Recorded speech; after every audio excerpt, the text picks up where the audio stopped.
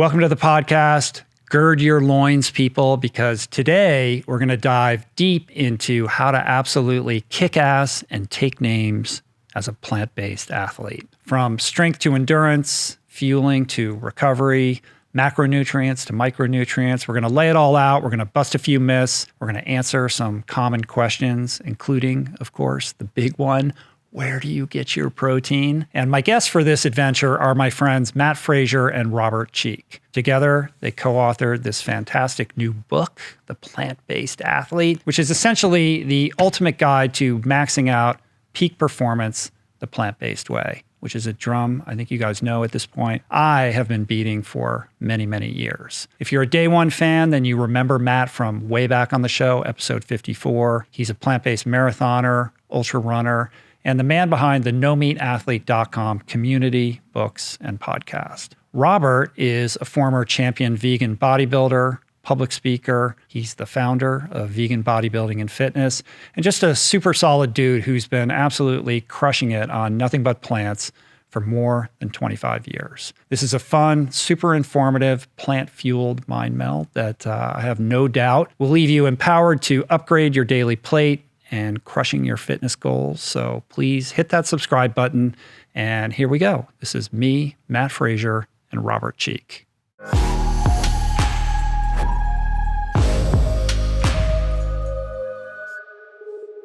He's like ready to pounce. Are we rolling?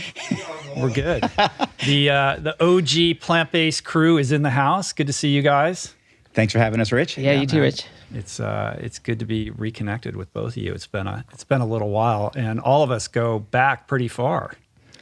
Yeah, at least a decade 10, or 12 so. years, maybe. I know. I'm trying to remember the first time that I met each of you guys. I'm sure it was at some Veg Fest related event, perhaps a decade or so ago. Yeah. I remember, Matt, the first time you did the podcast, we were in D.C. That's right, at the DC Veg Fest. Right, in a hotel room, Yep. like at the D.C. Veg Fest, which I think, Robert, you mentioned that you first met Matt in D.C. also. Was that at the same event? I was speaking at the DC Veg Fest.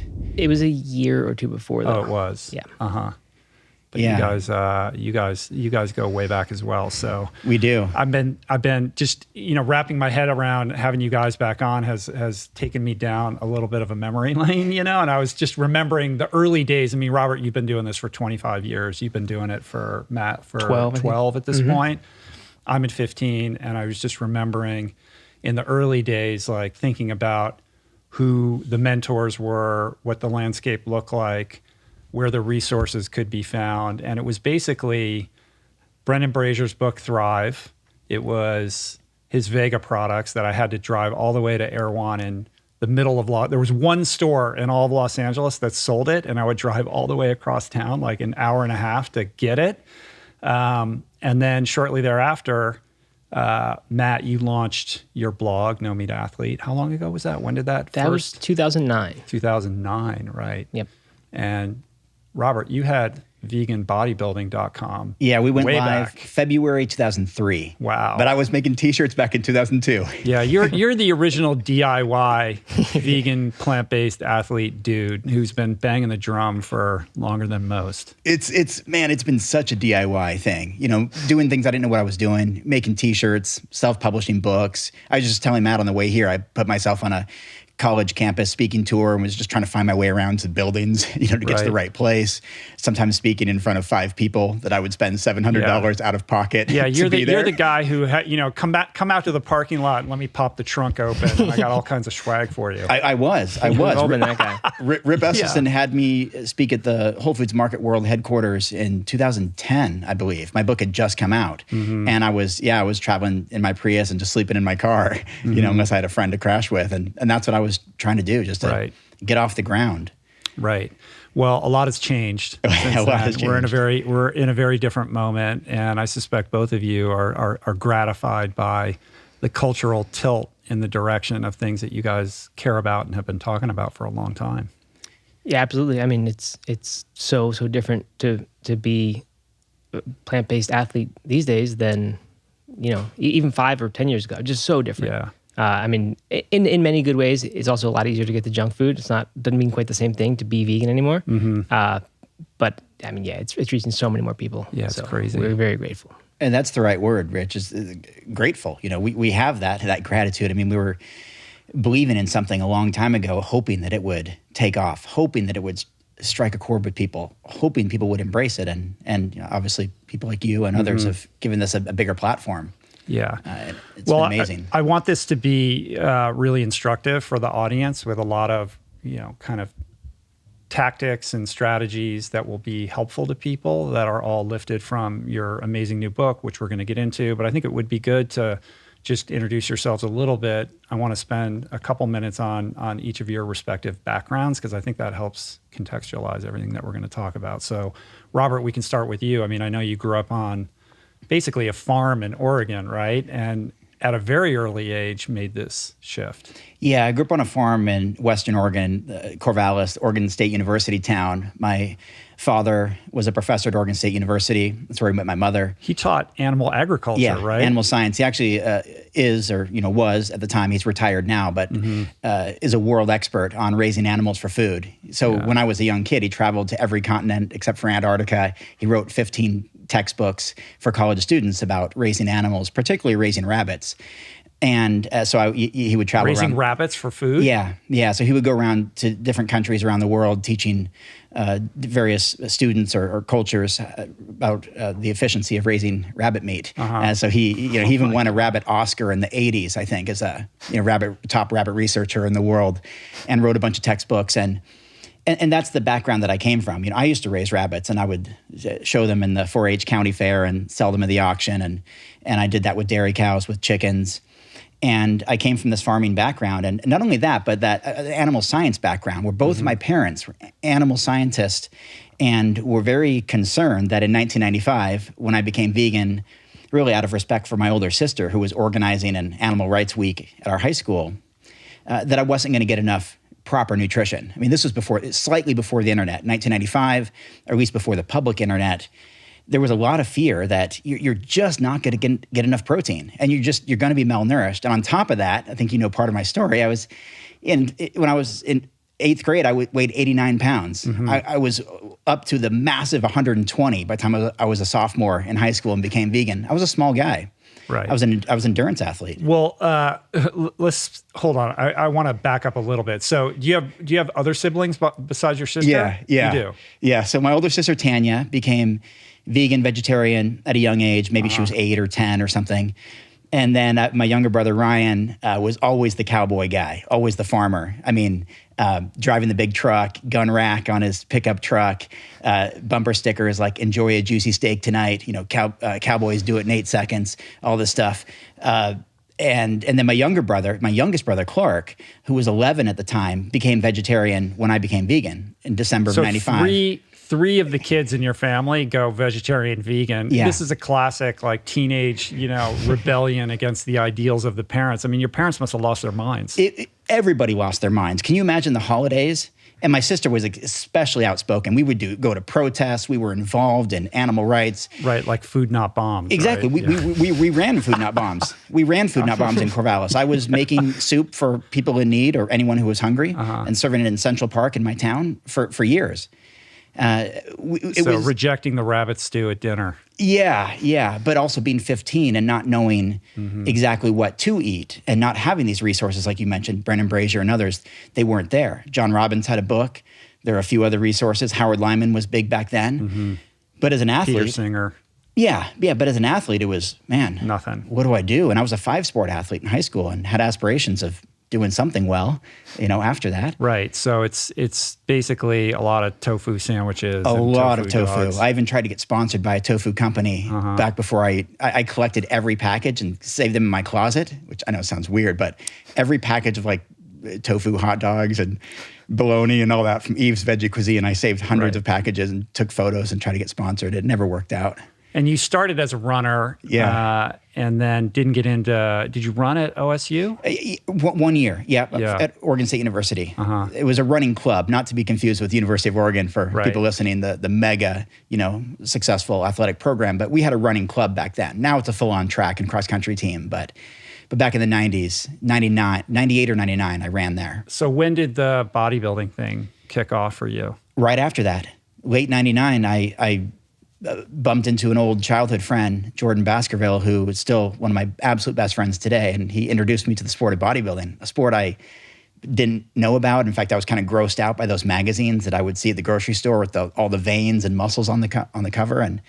But he showed me those magazines, and at this point, I was ready to be bigger and stronger, something I had never been, and wanted to be like Captain Planet. Wanted to be like He-Man, wanted to be a pro wrestler, and so I embraced it. And then I did the Body for Life program in 2000, and it took off from there. Right. So 2000. Basically, like from 2000 through around 2009, you got into competition. 2006, 2009, those were kind of big years for you in terms of distinguishing yourself and winning. You won a competition. You won like the USA Natural Bodybuilding. Yeah, there's all these federations. This is the INBA, International Natural Bodybuilding Association. Yeah, it's not one thing. Yeah, there's a bunch of federations. But I won I think it's the INBA Northwestern USA Natural Bodybuilding Championships in my category, and there's lots of different categories too, right? And so, but that gave me something to talk about, right? Because it wasn't just I was always a bodybuilder. I was a small long distance runner and vegan on top of that, and then found some success in bodybuilding, won a couple of competitions, runner up a number of times, and there was interest then from magazines, newspapers, the internet, and I was able to build a culture around that. Right. And you really stepped into this role of advocacy and kind of shouldered the responsibility of trying to communicate this, what in your case and all of our cases together here collectively has been a transformative lifestyle experience. Yeah. And it's something I always wanted. When I decided that on that December 8th day in 95, I thought, man, if I could get bigger and stronger without any animal protein, that could inspire other people to believe in themselves that they could do it too. And there were other high school classmates that did it. People on my track team, people on my soccer team, they did it, both men and women.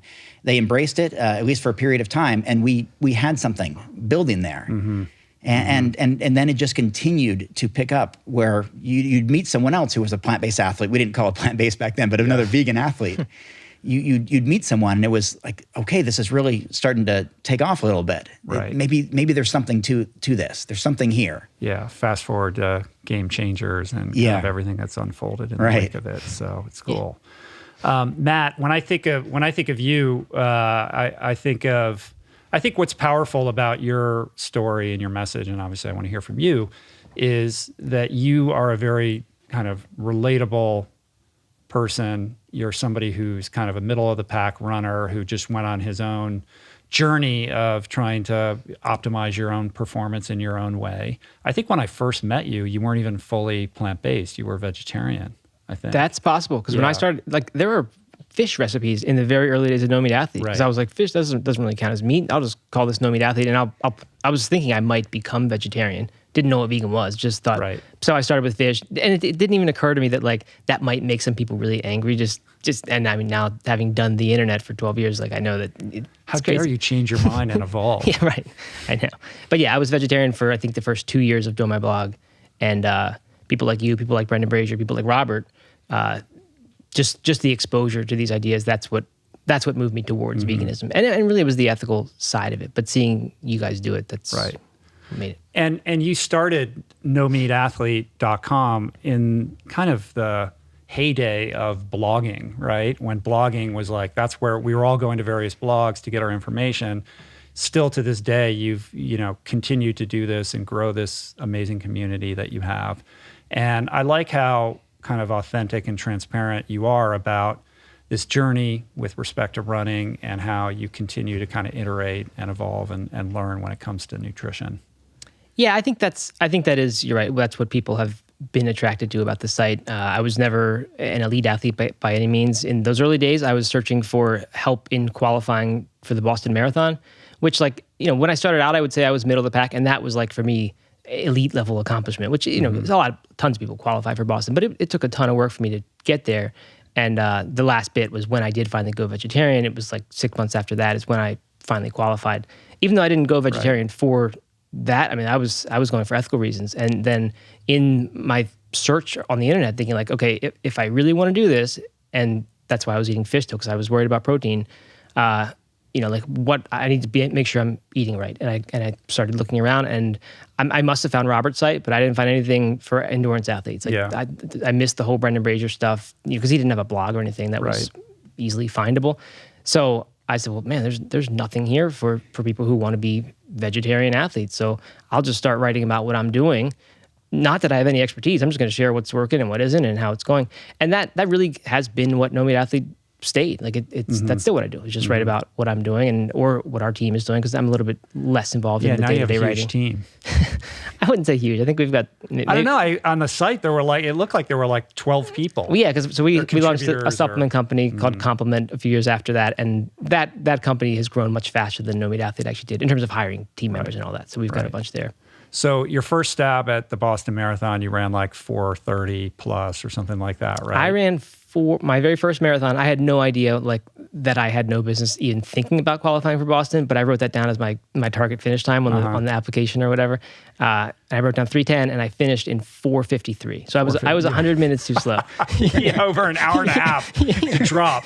There's a big improvement arc here to happen. Right, but you switch up your diet. I'm sure there were other factors. Oh, the diet was just the last bit. But then the next stab, you end up qualifying. I think you qualified by like 1 second.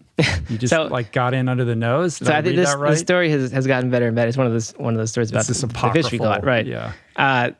So it was 6 stabs later that I finally did it. I took off an hour the first time because I learned how to properly train and not get hurt, and then I learned how to actually run with efficient form, and then I learned about nutrition. All these each kept getting better. I qualified. So 3:10 was the time that was in my head all those years, and I was big into visualization, goal setting. I wrote that down so many times in journals that I was going to run a 3:10 marathon, and I ended up crossing the line in 3:09:59.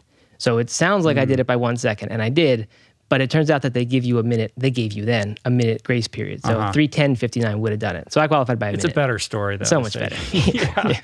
And I like how you were mentored by Seth Godin on your blog, that's rare air. How did you make that happen? I mean, I was extremely lucky to get that. I just followed everything he did. I read every book he wrote and just loved what he was doing, because he was doing marketing, but making it not feel sleazy. And honestly, that's when I went vegetarian, like I was afraid of it being this cultish thing, or people were always trying to convince you and trying to make you feel wrong for not eating not seeing things the way they did. And so I was terrified of that, of being that, portraying that. And so when I did, I said, I'm just going to kind of be the most chill vegetarian I can be. I'm not going to tell anyone they should do this. I'm just going to say, hey, it's working for me. If you want to try it, here are some tools. So Seth Godin has that exact same approach to me, to marketing, where it doesn't feel like you're being sold. It just feels like someone's a lot of fun to listen to and learn from. So I think my vibe very much resonated with his, and he announced that he was going to have 15 readers come spend a week in his office and work on projects. And I applied, and I figured I'm not actually going to get this, but I did a little video, and he had written the blurb for my first book. He'd written a nice little thing because I had heard he was mostly vegetarian or vegan or something back then. And then somehow he picked me. It's great. Which is funny because he tells you it's about picking yourself. You don't want to be picked, but I got picked. So what is that like when did you go to his house? Yeah. We went to his office, which was really cool. Brain Trust. Yeah, and in fact, your place here reminds me a lot of his office with the books all over the wall and little trinkets and things. But yeah, got to go to his house and he made pizza for us. No, I forget. He had a pizza oven in the backyard that he showed us, but we had a little party, and it was just surreal for me. It's cool. Yeah. So both of you guys have written books before. Robert, I think were all your books prior to this one self-published? Every single one. Out of the trunk of the car kind Every of thing? single one. Yeah. I've written 4 before that. I wrote 4 before this one. And Matt, you've got No Meat Athlete and the No Meat Athlete Cookbook. But this is really, this new book, I mean, you guys crushed it with this thing. There's so many things about this book that I love, and I think that are important and we're missing in the conversation around being plant-based, and specifically how to be a plant-based athlete. Robert, I heard you talking the other day about something I think is very true, which is that historically, most of the books about being plant-based as an athlete have been memoir-style books, like my book, exactly. Right? They're kind of anecdotal, first-person accounts of a certain kind of transformation, and those have their place. But the idea behind your book, which I think is fantastic, is that you guys said, we want to make basically the Bible, the manual for how to do this, irrespective of what your particular sport is. And we're going to do that by laying out the latest science and telling the stories of tons of athletes, I think 25 athletes throughout the book, and their various versions of how they make it work. And I think together that coheres to create a really powerful volume that anybody who's flirting with the idea of stepping into this world is going to find value in. Well, yeah, thanks, Rich. And Matt jokes that it's kind of a grown-up version of our other books. Like, this is like the real deal. You guys are adults now. Yeah, we're adults now. Like. We're in our 40s Robert's now. still getting used to not having to open up his trunk. Hey, I still do it. I've You mean the publisher will send it directly to the person? Yeah, I mean, I rolled up here at your office with 5 books in the trunk, Right. actually in the back seat, so I wouldn't forget them. And yeah, I wasn't even sure the publisher sent you a copy. I'm used to doing this stuff myself. But what we wanted to do was make the how-to book. Like, this is the how-to book for anybody to be a plant-based athlete. And we feature so many different men and women in the book. Like you said, it's not just your way or Brendan Brazier's way or Scott Jurek's way or Matt's way or my way or Fiona's way. It's this culmination of all these different approaches that are really unique to the individuals. You know, there's not necessarily one size fits all, but the fact that there's very specific aspects that are similar, such as the omission of animal protein, the inclusion of exclusively plant-based foods, and this unbelievable belief in self to achieve something, and that ties all of these people together. They may eat a bit differently. And how could you not? You talk about someone like Megan Duhamel, who's an Olympic gold medalist, plant-based figure skater. She's going to eat a little bit differently than David Carter, who was in the NFL as a lineman, a 300-pound lineman. And I think that needs to be shared. So we have all of these different athletes. And Matt comes from an endurance background, of course, and I come from mostly the strength and bodybuilding background, and that's where our respective audiences kind of hang out in vegan bodybuilding and no-meat athlete. But this encompasses everyone. And so there's a story for you to resonate with as a reader. And what was fun for me, and actually it's not just 25 stories. I personally interviewed about 60 people for the book, and some just have quotes in there. Their stories didn't get developed as further, but their quotes are in there, and they're mentioned and they're referenced, and they're world champions and Olympic medalists and the best in the world in some cases of what they do. And that is there as a source of inspiration that you can find someone to connect with. And it's interesting who we connect with. You know, I connect well with someone like Sonia Looney, for example, world champion mountain biker. I've never been on a mountain bike before, but her just mental toughness, you know, intestinal fortitude, her grit, as she calls it, it speaks to me as someone who has been on the grind as well. Like we said, you know, going out of my car to try to make this dream happen. It just speaks to me that today I'm going to be the best version of myself. You know, she has that story. Right. And the stories of, you know, I'm in my 40s now. Your story, Scott Jurek, John Joseph, Rip Esselstyn, Fiona Oakes, Christine Vardaros, those speak to me too. These are individuals, yourself included, who are in often cases reaching their athletic peak in their 40s or even in some cases, you know, 50s. You know, Rip just set a world record in 200-meter backstroke at age 58, killing 59? like Masters records. That's amazing. So that gives me, you know, a lot of inspiration as someone who retired from competitive bodybuilding at age 29 and has been, you know, training for the last 10 years, and I've been the biggest and strongest I've ever been at age 40, age 41. Like, man, I still got a lot left. You know, that's what it tells me as a reader. In the course of speaking to these 60-odd athletes and hearing their stories and creating these profiles for the book, I suspect you were exposed to a pretty wide variety of experiences, right? Obviously, people are going to eat differently depending upon their specialty. Their habits are going to be different, and I'm sure there's tons of consistencies, right, in the various approaches. Was there anything that surprised you? Yes. I conducted the interview, so I can speak to this. What really surprised me was that we have this day in the life, you know, section in the book, and the fact that some of the best athletes in the world include something like Ben and Jerry's ice cream into their diet, and that just really blew me away. I was hanging out in the early days with Brendan Brazier, who wanted to eat, vegan ice cream, and it was all about every calory's got to be aimed towards performance. But to realize that some of the best athletes in the world, let their hair down. They do things like they eat Beyond Burgers, they eat non-dairy ice cream, like Robbie Ballinger's tour was sponsored by Nadamu, and his story of running across America is one of my favorites in the book and one of my favorites to write. I just love that story. So that surprised me a little bit because I grew up in this, I worked for Forks Over Knives and I took Dr. Campbell's plant-based nutrition course through Cornell, and I hang out in the vegan cruise where you and I did that speaking panel in the very early days of your podcast. Well, what happened there, we should just I wanted to highlight that. We took a stab at trying to do a podcast way back in the day when we were on that vegan cruise thing. Right. And what happened is what has happened I don't know if you remember how frustrated I was. But I remember because I was sitting there by myself. Like, where is Rich? There's hundreds of people in the audience and just you and I on the speaking panel, just the two of us. And I'm like, where is Rich? And you were trying to come with all your equipment to record it. Basically, what happens is whenever I have we were doing this kind of live Q&A panel type thing in front of a group of people, and I always go to the event organizer ahead of time and say, I want to record this. This might be good for the podcast. And they're, oh, no problem. No, it's totally easy. We'll just plug it into our soundboard. And I used to take people at face value and they tell me that. But I've learned that when they say that, they actually have no idea what they're talking about. And I have zero confidence it's going to actually work. But in this case, they were like, no, we have it wired. We're going to do that. We're going to do that. And we did the whole thing and none of it recorded. Yeah. And it was a great conversation. I know it was 8 years ago.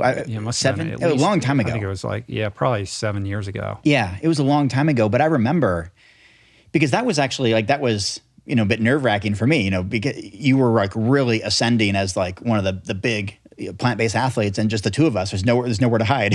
And I felt man, I held my own out there. I felt good about that. Oh, come on. You've been doing this way longer than me. You know more about, I'm here to learn from you guys today. Right. But that's how I felt. And it was honor, and it was fun. And I thought, wow, that's my early opportunity, to be on the Rich Roll podcast. Right. Well, 7 years later, here we are. Yeah, here we are. Yeah, we made it happen.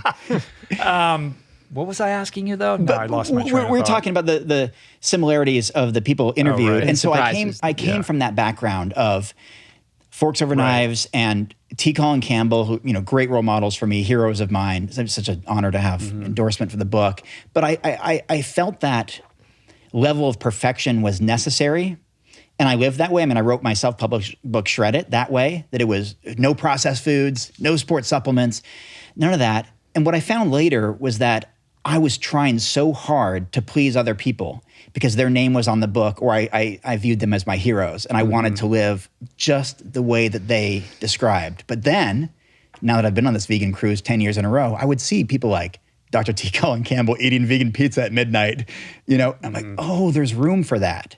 I didn't understand that because we always put our best knowledge forward, our best foot forward, our best information forward in written form and in videos and interviews. And sometimes that's a hard thing to maintain and a hard thing to achieve. So for me, telling these compelling stories, it was really enlightening for me to see that people who are way better athletes than I've ever been in my life allow downtime for some processed food, some what you call junk foods. Right, just not being wed to some super strict, unrealistic, protocol that's just not going to work over time. It's always been a thing for me to figure out how to square that traditional T. Colin Campbell, Caldwell Esselstyn message of not only zero processed food, but very, very little fat. And I've just figured over the years of being an athlete that I need more fat in my diet in order to perform and recover and all of those things, and feeling myself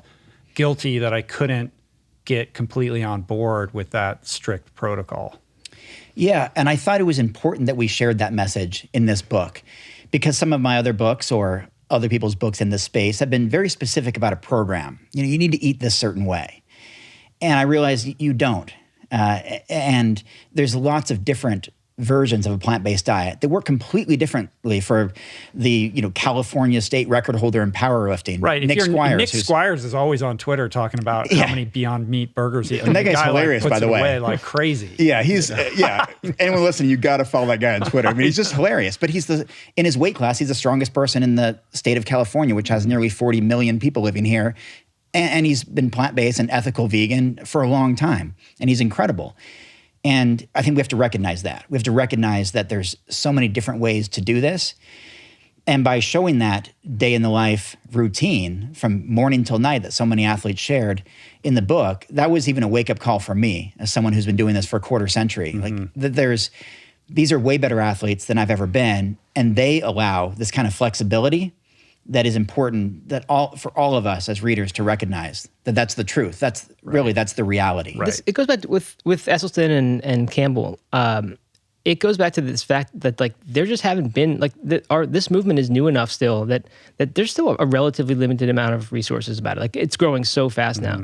But over the past 15 years, it's been a handful of books that have really influenced things. So I think there's this sense that there is one, like whichever one you just read, that's the one way to do it. So even with those guys who are Mount Olympus of this vegan plant-based movement, but are also focused on preventing heart attacks. Right. They're not focused on performance as an athlete. Right. And so their one way is their particular way of preventing long-term disease. But there are even other ways of doing that. Like there are Joel Kahn, Michael Greger. They don't have quite the same approach as those guys do with the low fat. Or McDougall and Furman, who are at odds in a lot of ways, but both produce great results. All the infighting. Yeah.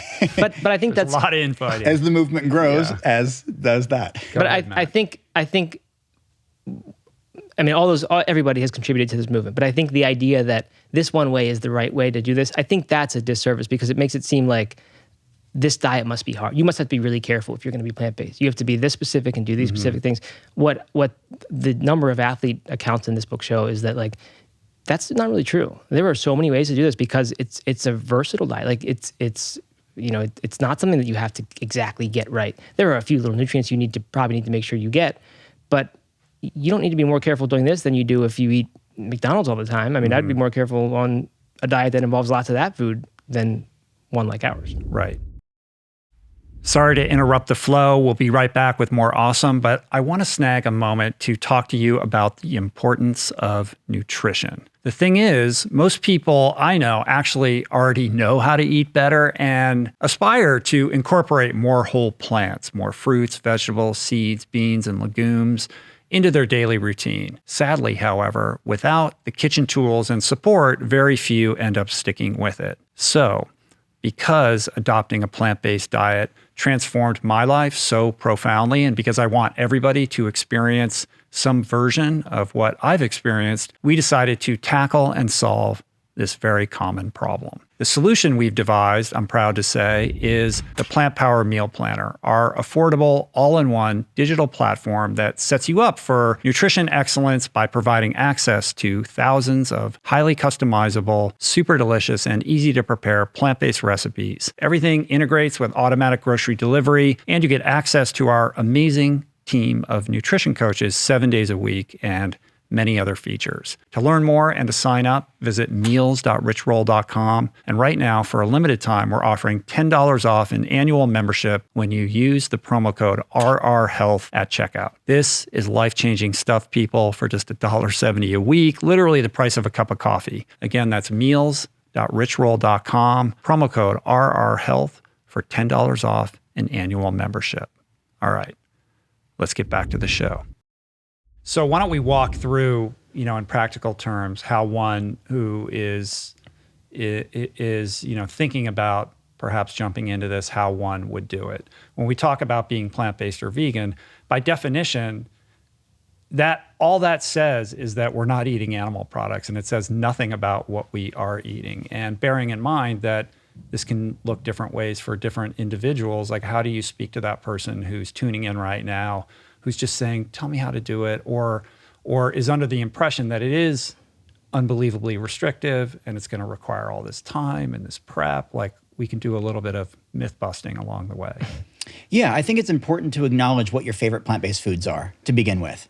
What are your 5 favorite fruits, vegetables, legumes, grains, French fries, nuts, and No, seeds? I'm just kidding. I mean, start there. Really, it's okay. It's a question worth answering, I think, for each person, because then you'll recognize, oh yeah, I really do like all these burrito bowls and tacos and these different types of international cuisines that are largely rice, vegetables, tofu, curries, whatever the case is. And realize, oh yeah, I like all these different summer fruits, and I like I like potatoes, and I like rice, and I like all these things that are staples in a healthy plant-based diet that you're eating all the time without necessarily recognizing it. Or taste almost exactly the same if you just pull the beef broth out of it, or the meat component of it.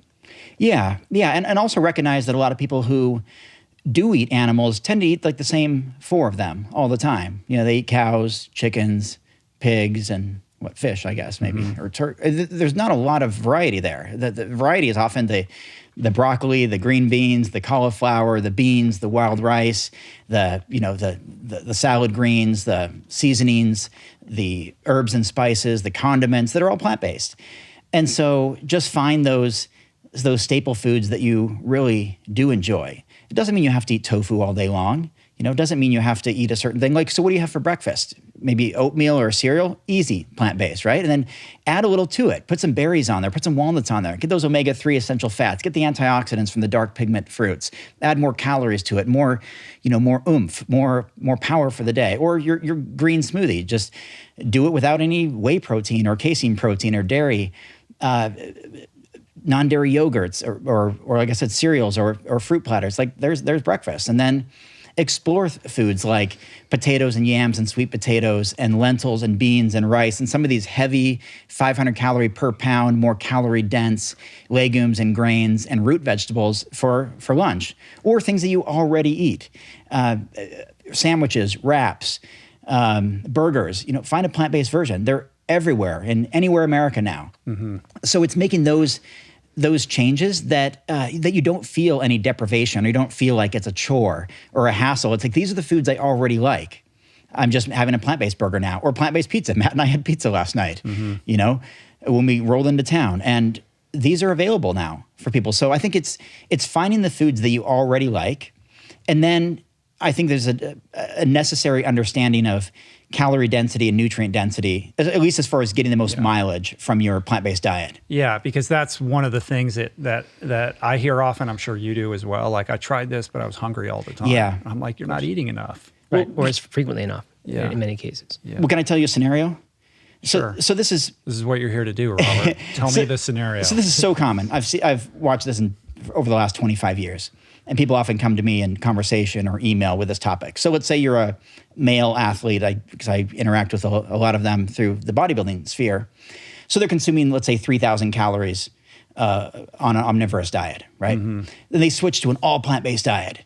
And now they're down to maybe consuming 2,000 calories or 2,200 calories.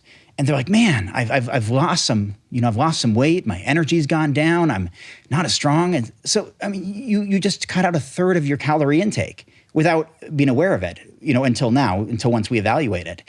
And this happens all the time because the calorie density of meat and animal protein is so high. Right. And it also comes packaged oftentimes with lots of oil and other cheese or dairy products or sour cream or whatever. Eggs, where you're getting a much higher calorie intake.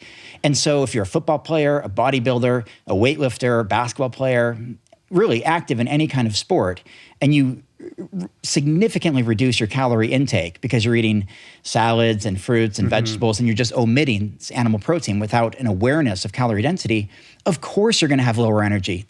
Energy is from our calorie intake. Of course you're going to lose some weight because you can't mathematically maintain that mass in a calorie deficit, in a reduction. And that happens all the time. Yeah, the thing is that you don't realize that you're running a caloric deficit compared to the way that you used to be eating, because if you amp up the fiber in your diet, you get full, You'll feel full, And the so volume you is high. think that you're eating as much as you were before, when in fact you're eating quite a bit less. That's why I said frequently, because Yeah. you think you're going to try to eat a whole lot at a meal to make up for the fact that your food doesn't have as many calories, but you can't. You get full and you feel like you've eaten just as much.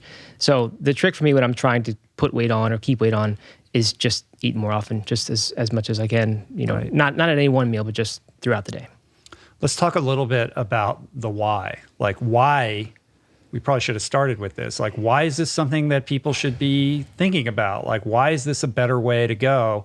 Weren't we born and bred to be omnivores? What's so terrible about eating a moderate and healthy omnivorous diet? Yeah, I think, a number of things problematic with that. One is that that's a diet lifestyle that contributes to higher cases of mortality across the board. A plant-based diet is as Gregor says, should be the default diet until proven otherwise, because it can reduce the risk of all-cause mortality. For me, it's, I got into this literally having dairy cows as friends, as pets. Why do so many people in the plant-based movement are people who grew up on farms, like Dr. Clapper? Well, there's something to that, because you look at animals differently. Like how you would treat your dogs, we just extend that to chickens. Because think about this, Rich. I grew up on a farm where you raise animals from when they're babies. And if they're taken from their mothers, who's their new best friend? It's you. I used to bottle feed baby calves before getting on the school bus. Like I used to hang out with little baby chicks and play a little elevator game with my hand. Like, they trust you. Like, you are their person. Just like for your dog, like you are that person. So I think I just looked at animals differently. And that was something that, even if I thought I might have diminished returns on athletic success adopting this lifestyle, I was willing to do it because it just spoke to me. And that's what's compelled me all these years later, for 25 years. And, luckily it didn't have, a hindrance. It didn't have any adverse effects on my athletic performance. In fact, maybe helped it. But that's certainly one of the reasons, is allowing animals to live lives free of fear, pain, and suffering. And I think that's valid. I think that's worth considering. We can talk about all the environmental factors, and I don't even know a lot of those nuances. I'm not a scientist. I don't understand all the greenhouse gas stuff. I see the quotes and how many gallons of water are used to raise animals and all of that. And of course, it's important to me, but I can't really speak to that necessarily. I can speak to my cause or my why, and I can speak to the fact that so many people, even if it's anecdotal, the stuff that I've seen for 25 years, people who are able to overcome obesity, overcome illnesses, become the best versions of themselves, feel better than they've ever felt in their lives because of a plant-based diet. And I've also seen how people, including my family, because both sides of my family come from farming backgrounds, both parents. So my aunts and uncles are all farmers. They still own, lots of acres, and they farm. And they have health problems that those like Clapper and others who are the same age bracket or older don't have. And again, these are just examples, but they're close to home. I lost multiple relatives recently to diet-related diseases, and that does hit close to home. And I know that a plant-based diet can help with that because of Forks Over Knives and Campbell and Esselstyn and Barnard and Clapper and all those Ornish, the legends in this game. And I think for people listening, it's worth giving it a shot, because the fear of, for me at least, and I know you've experienced a little bit of this in part of your journey, the fear of something like a heart attack or a diet-related disease that sneaks up on me is, that's kind of scary to me. And if I can reduce the risk of that and live a long, healthy life, that's worth it for me. And still kill it in the weight room. Yeah. Like the idea that you don't have to compromise that, right? Yeah, and I think that's kind of what this book has shown more than like, this is the trick to becoming a great athlete. Like, that's not really what this is about. It turns out that it is that for the right person, and there are lots of people who, including all of us, I think, who kind of experienced the most success we had athletically once we went plant-based. But for me, it's more that, like, you can do this and you can get all these great benefits of the longevity, really, and health span. To me, that's what it's all about. I mean, I just think, you mentioned like the omnivorous diet, like what's wrong with this? This is natural, but natural doesn't really affect, it doesn't really get into health, right? Nature selects for reaching reproductive age and a few years past to raise your kids, but it's not really about what gets you to 80, 90 and keep moving and being healthy, because that doesn't matter for natural selection. So to me, that's like where we should think about, like, not like what is, and I don't honestly know what is the most natural diet or whatever that even means, but which one is the data saying is keeping people, giving them the longest health span, keeping them mobile and happy and active and healthy and alive. And it looks a lot to me like that's the plant-based diet. That seems to be where the science is all pointing these days. Right. Your on-ramp, Robert, was ethics. Matt, yours was more health-related. Mine was vanity. Vanity and health and athletic performance ultimately. But what's so amazing and beautiful about how this movement has blossomed is that now there are all these on-ramps, from the ethical considerations, of course, to sustainability, to climate change concerns, environmentally sensitive, which we all should be, of course, and the longevity, health considerations of the foods that we eat. And now with this book, plant-based athletic performance. And I think it's so great because just like all the athletes profiled in your book, different people connect with and resonate with different individuals, right? So not everybody is going to cotton on to the ethical argument, but perhaps they're concerned about the environment. And the way that I look at it as this umbrella lifestyle that checks every single box. Like, you can opt out of the chronic lifestyle illnesses that are unnecessarily killing millions of people. Obesity rates right now are through the roof. Diabetes, it's predicted something like 50% of Americans are going to be diabetic by 2030. All of these chronic illnesses are lifestyle illnesses directly correlated to the foods that we're eating. Meanwhile, we're decimating the planet because animal agriculture just requires too many inputs, too much land, too many resources for us to sustainably produce enough animal products for the planet to eat as we, careen down this path towards 10 billion people living on this planet.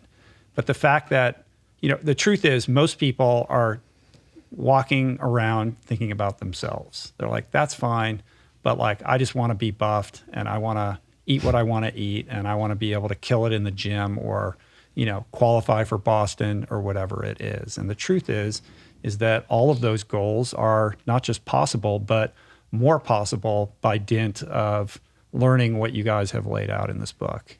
And when you read the stories, one of the things you'll notice is that what brought people to a plant-based diet in the first place.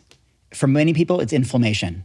It's pain that they feel even as a young person. Like, take David Carter, NFL lineman, a completely star athlete in his 20s, and he can barely push himself out of a bathtub because his joints hurt so badly. And this is a guy who's supposed to be in his prime. He's playing in the NFL. And then when he went to a plant-based diet, not only did he drop weight, which helped him get rid of some body fat, and then which he later added the weight back on with more muscle, he got faster, he got stronger, but the pain went away. The pain just went away. And his career lasted slightly longer than the average NFL career, and he's been, in incredible shape since then too. I've seen him in his retirement, and he looks fantastic. And you look at other athletes, national champion cyclists who had inflammation in their knees, and at age 19, had pain that made their career suffer to some degree. And then a plant-based diet eradicated that, and they were able to perform and then become champions on all these different levels. And I know Fiona Oakes is someone and have talked to. She didn't have a kneecap in her right knee and wasn't even supposed to walk or let alone run, and went on to overcome that and has been plant-based since age 5 or so, vegan for nearly 50 years, and has gone on to set Guinness World Records. And when you look across the board, men or women, doesn't matter the sport, so many people came to this lifestyle to reduce inflammation, improve recovery, and have better results. And that's what they did. And it's so fun to tell those stories. There's also stories of people who had all kinds of problems with addiction, and overcame that. Like Dotsie Bausch is open about that, and John Joseph's rough childhood. These are inspirational, and in a lot of ways, their success is aspirational. And that's what, I get moved every time I read the book because of those stories. Just this past week, have you guys been following the Iron Cowboy who's trying to do these 100 Ironmans in a row? You aware of this guy? I was a couple of years ago. No, he did. Well, he did 50 Ironmans in 50 states in 50 days, but now he's in the midst of trying to do this thing called Conquer 100, where he's doing 100. He goes out the front door of his house and does an Ironman every day, and he's on like day 72 right now or something like that. It's, wow. like, it's insane, right? Like every single day doing an Ironman. And he's had, struggles that he's overcome. And the whole thing is playing out on Instagram stories, and he's very transparent about his injuries or what he's dealing with. Like, this is no small feat. Like, this is a big deal. But just the other day, the reason I'm bringing this up is just the other day, I think it was yesterday,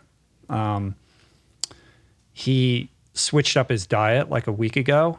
I've been trying to encourage this guy to go plant-based for a long time. And I've kind of, he flirts with it, but then he goes, whatever.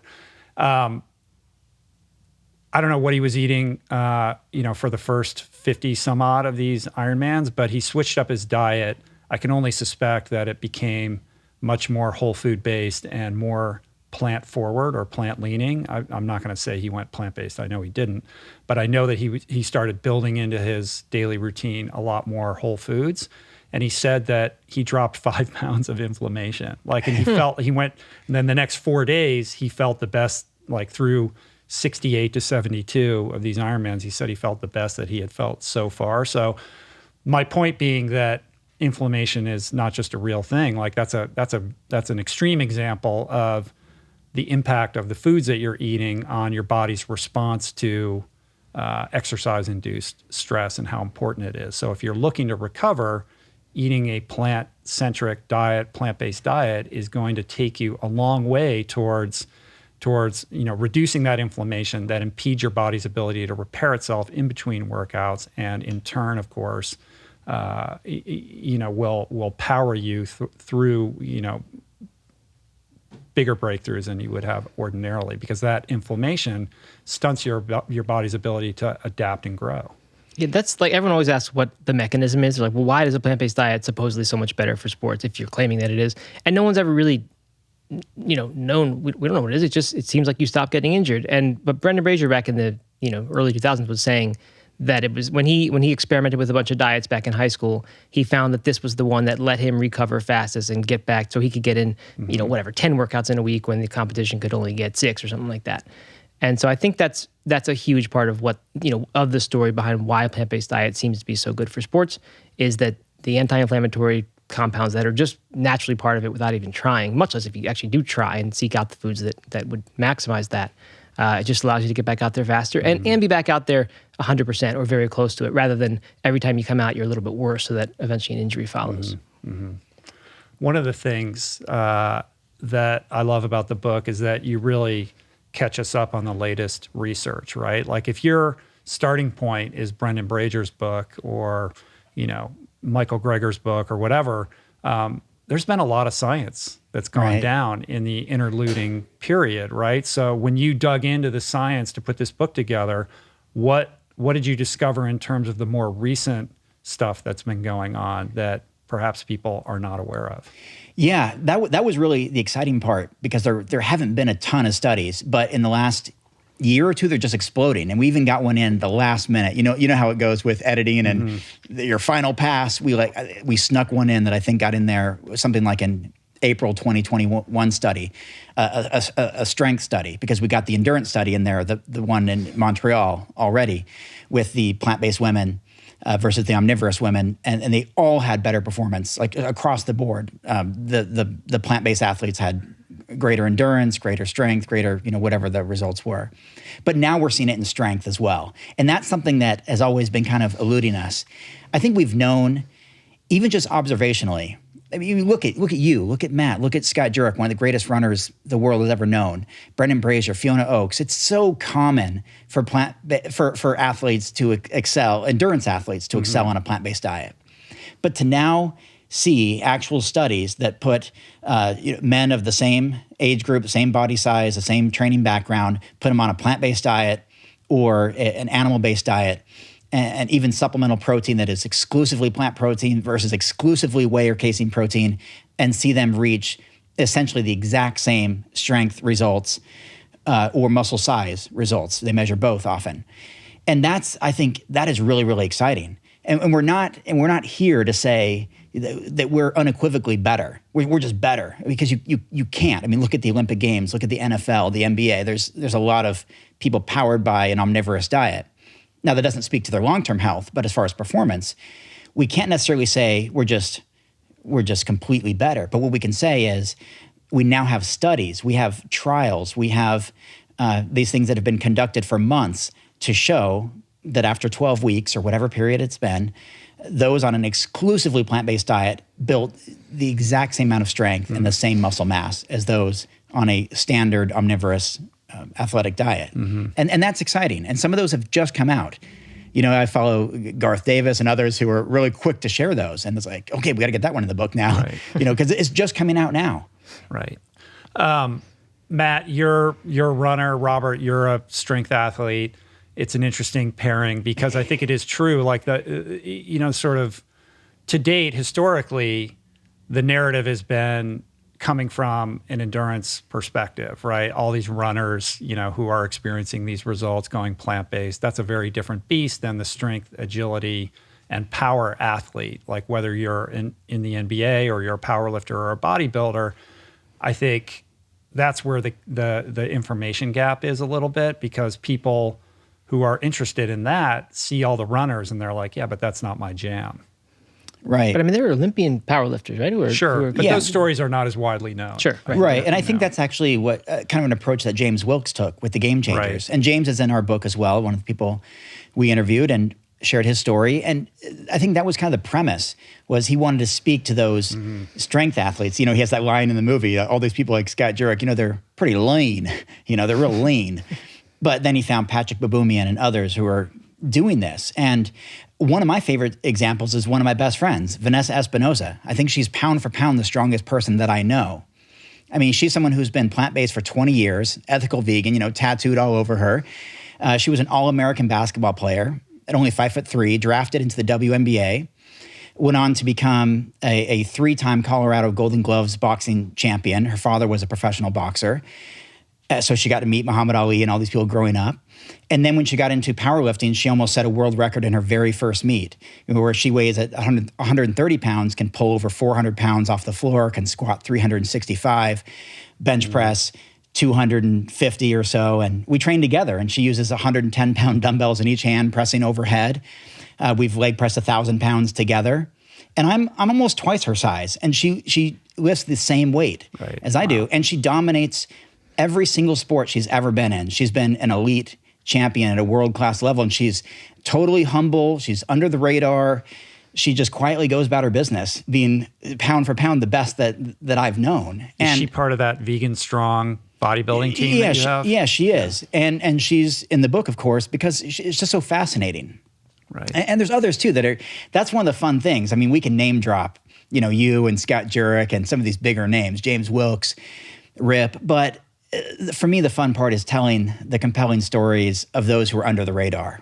Especially a lot of amazing women out there who aren't in a lot of the documentaries, that aren't in books, but they're like Laura Klein, who's dominating, her sport as a world champion duathlete, and so many others in bodybuilding and other sports.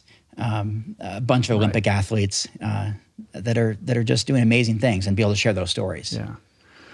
Let's do a little myth busting, starting off with the big one, the elephant in the room. What could it be? Yeah, what could this question possibly be? Right? Where do you get your protein? Matt, you're a runner. Robert, you're a power strength athlete. Where do you get your protein? I mean, we've given the same answer for the years, and it's that you don't need that much, which I know is so unsatisfying to people. I think they just want the secret source so that we can all know how to do it. But I just don't think about even recently. I've gotten into kettlebell lifting. Like, I'm much more these days that than a runner after kind of a prolonged lack of inspiration in sports and just kind of doing the parenting thing instead and entrepreneurship and all that. But like, I'm kind of back now and really feeling great and having great results. And I don't take protein powder. I eat beans fairly often.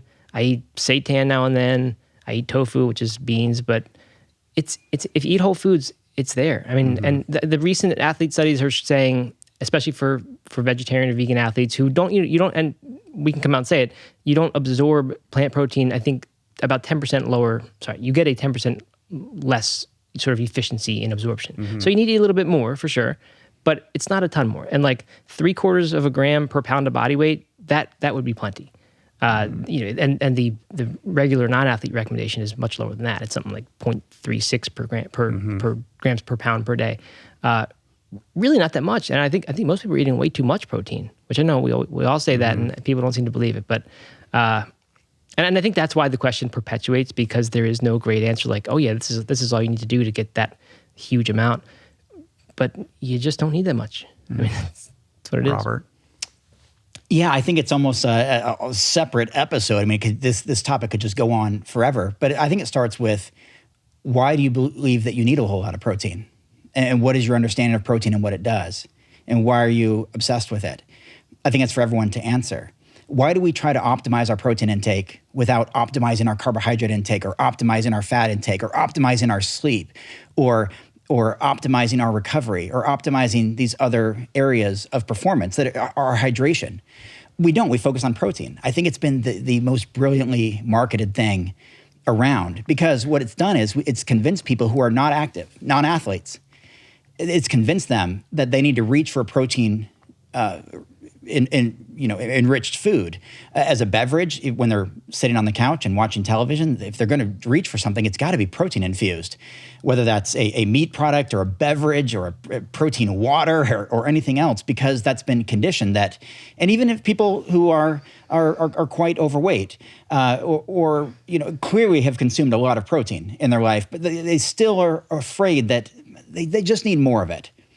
And that more is better. But I'm convinced that more isn't better, and it can have adverse implications on health. But also, I think one thing that people are totally missing here, and I don't know if you talked about this, I'm sure with other guests, but what happens when you emphasize protein intake? To me, you completely overlook the more nutrient-rich, complex carbohydrates that provide more fiber, vitamins, minerals, antioxidants, nitric oxide, water, and all these other things to optimize health or optimize performance. But we're focused on an isolated nutrient that we often take in isolated form. And we miss out on all this other stuff because we're filling up on calories that could have been complex carbohydrates, which, by the way, are have a lot of protein in them too. Mm-hmm. Mm-hmm.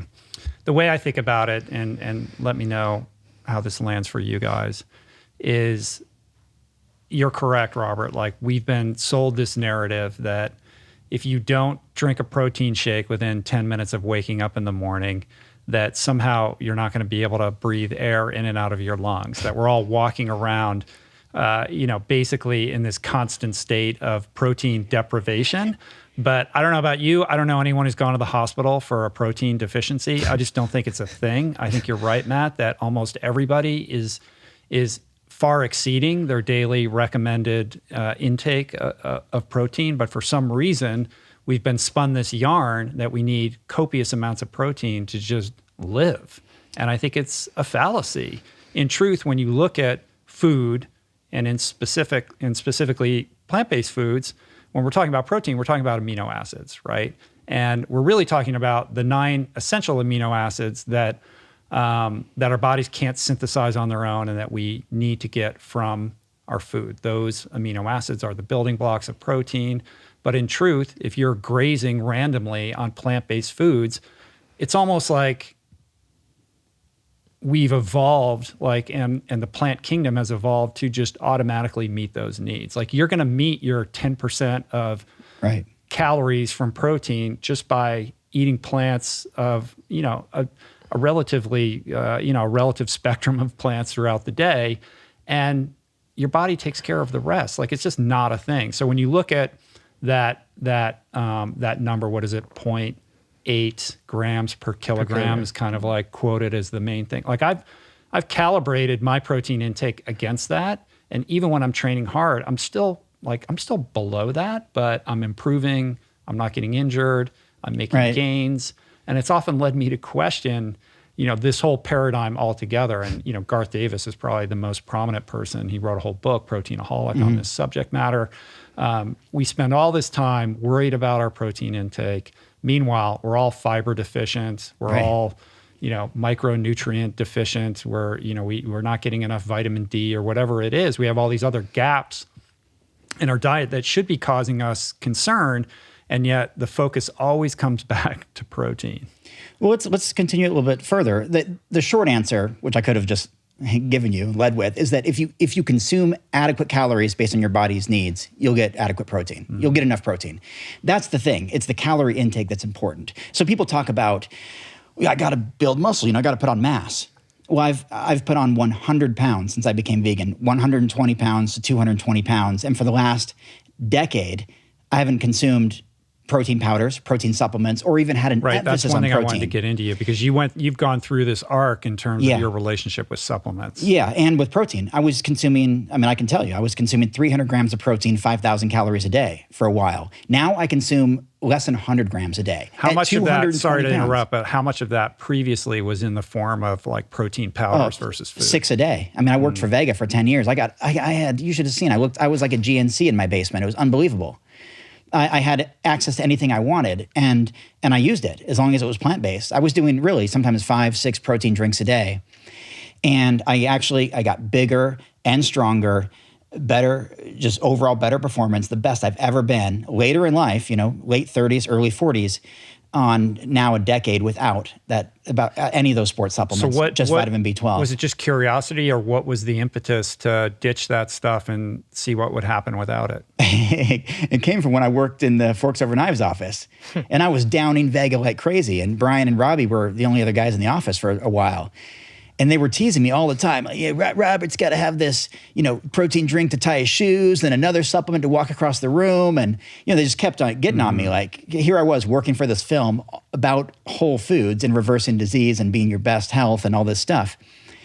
And I was just sitting in the office drinking powders all day long. Right, but I get it, because you're trying to make gains. Like, right. It's one thing. Forks Over Knives is really about combating chronic lifestyle illness, not about like killing it in the gym. Right, but their personal argument was that you can achieve these things without the supplementation, without the emphasis on protein. Right. So that was a relatively untested hypothesis. Right, and I completely argued with it. I disagreed with it, and so I decided, I'm going to enroll in Dr. Campbell's plant-based nutrition program, the Center for Nutrition Studies. So I did that, 2012. And in that course, I was kind of hilarious looking back. I wrote papers arguing, what does 80-year-old, skinny Campbell know about building muscle and being a champion bodybuilder? I argued, I wrote papers that if you take a NFL team, put them on a high protein diet, and another NFL team of equal skill and talent, put them on a low protein diet, the high protein diet's going to smash the other team. And then I said, take the, the skill set out and just do it weightlifting maybe, just something that's just, a real easy thing to measure. The high protein people are going to win every time. And I argued, and then I decided to do the one thing that so many people are unwilling to do, especially in my space, in the vegan bodybuilding space, was to 100% give it a try. Cut out all sports supplements except for vitamin B12 or, maybe something else that was necessary, vitamin D or DHA, EPA, whatever. But I really wasn't doing that. It was just B12. And to cut the emphasis on protein. Just stop thinking about it. Even to this day, I, hold the tofu, please. That's what I really do. Not because you were convinced, but because you wanted to test this. I had to test it. And so what happened? What happened was, it just happened to be the same time that I was getting tired of bodybuilding. And so I'd peaked at 195 pounds at the time, and I dropped all the way down to 165 because I was pursuing running. And so now it's like, oh, okay, that makes sense. His low protein diet's not working anymore, and I ran a bunch of half marathons with my wife, and I ran 5Ks and finished in the top 5 in every race that I competed in. I have a background in running, of course, right. So it came naturally for me, and it felt good to be back doing it again. I weighed 165 pounds. And then the eve of the Fort Collins Marathon in Colorado, this woman recognized me at the gym. And I said, hey, you're Robert Cheeke, right? It ended up being Vanessa Espinoza, who's now one of my absolute best friends. And I kind of immediately puffed up like a rooster because I was so small. And she's like, you're one of my heroes and all this stuff. And I saw her again a week later and we started training together. And in 18 months, I went from 165 pounds to 205 pounds, bigger and stronger than I'd ever been in my life, while riding Shred It and following this low protein, no supplement, except for B12 approach. And it was amazing. And that's when I was convinced that the nutrients per calorie that you get from a whole food plant-based diet, when you emphasize especially complex carbohydrates, it's just doing things. Like Matt said, it's doing things to help your recovery. You're naturally reducing inflammation. You're not eating pro-inflammatory foods. You're eating anti-inflammatory foods. I could train. I was lifting like 120-pound dumbbells in each hand overhead. I'd never done that before. And this was all. So you actually were lifting more. You were stronger. Yeah, and bigger. And I mean, 165 to 205. And before, remember, I had maxed out at 195 with 5 protein drinks a day, 4 frozen burritos a day, 7 Cliff Bars a day, doing whatever I could because it was hard for me to put on mass. And then this past year with the quarantine and everything, I thought, man, how cool would it be if I could reach that milestone of putting on 100 pounds total. So I started the year at like 208 or so, and I got up to 223 at one point. Slimmed down a little bit for this podcast. I was getting, my belt wouldn't even work anymore. Yeah. But I got really strong. I mean, I'm just using 110-pound dumbbells, no spotter needed. I just do my thing, and that's on a low protein approach. And I think people need to put it to the test to see for themselves, because what you're missing by focusing on protein could be all those benefits of a complex carbohydrate diet that help with energy, recovery, overall fuel, and performance. And I think if people can give that a try, they're going to see a world of difference. Right. And so where do you fall now? Both you guys, Matt, you've been quiet over there. I know Robert likes to talk, but we got to give Matt a chance to talk a little bit here. In terms of supplementation as a whole, when we're thinking about making sure that we're getting adequate omega-3s and, DHA and iron and all the other things. I mean, I know you talk about this in the book, but where do you fall in terms of sourcing from whole food sources versus some level of responsible supplementation? I mean, Matt, you have supplements, so sure. I'm a believer in responsible supplementation. I think a lot of people, regardless of your diet, are walking around with certain deficiencies. So how do you think about and speak to that?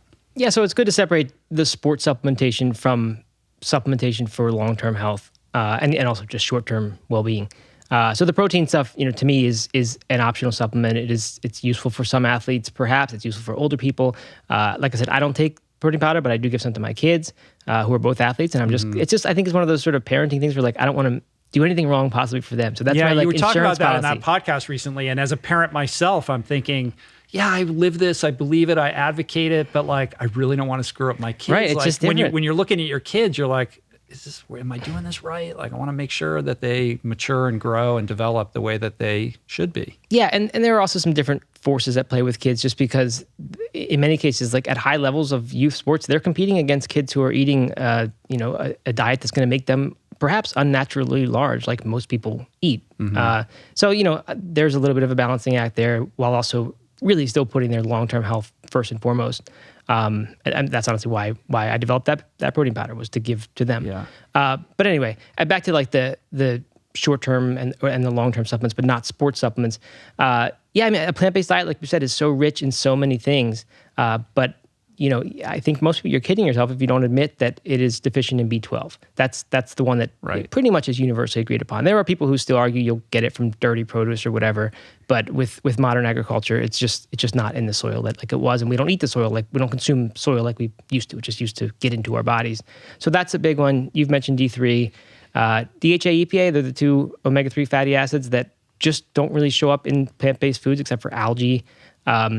You can get ALA, another type of omega-3, from walnuts and flax seeds. And if you get enough of it, some people can convert that into DHA and EPA.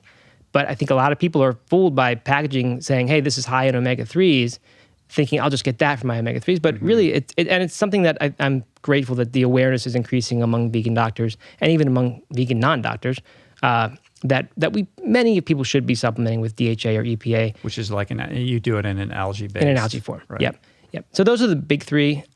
It's actually 4, but I just think of DHA and EPA as 3. And then there's more. I mean, there's K2, iodine, selenium, zinc. These minerals and K2 that are just harder to get. They're not impossible to get. They're in things. Like zinc is in plenty of things. It's just that we don't absorb it that much. So depending on your diet, you may or may not be getting these foods.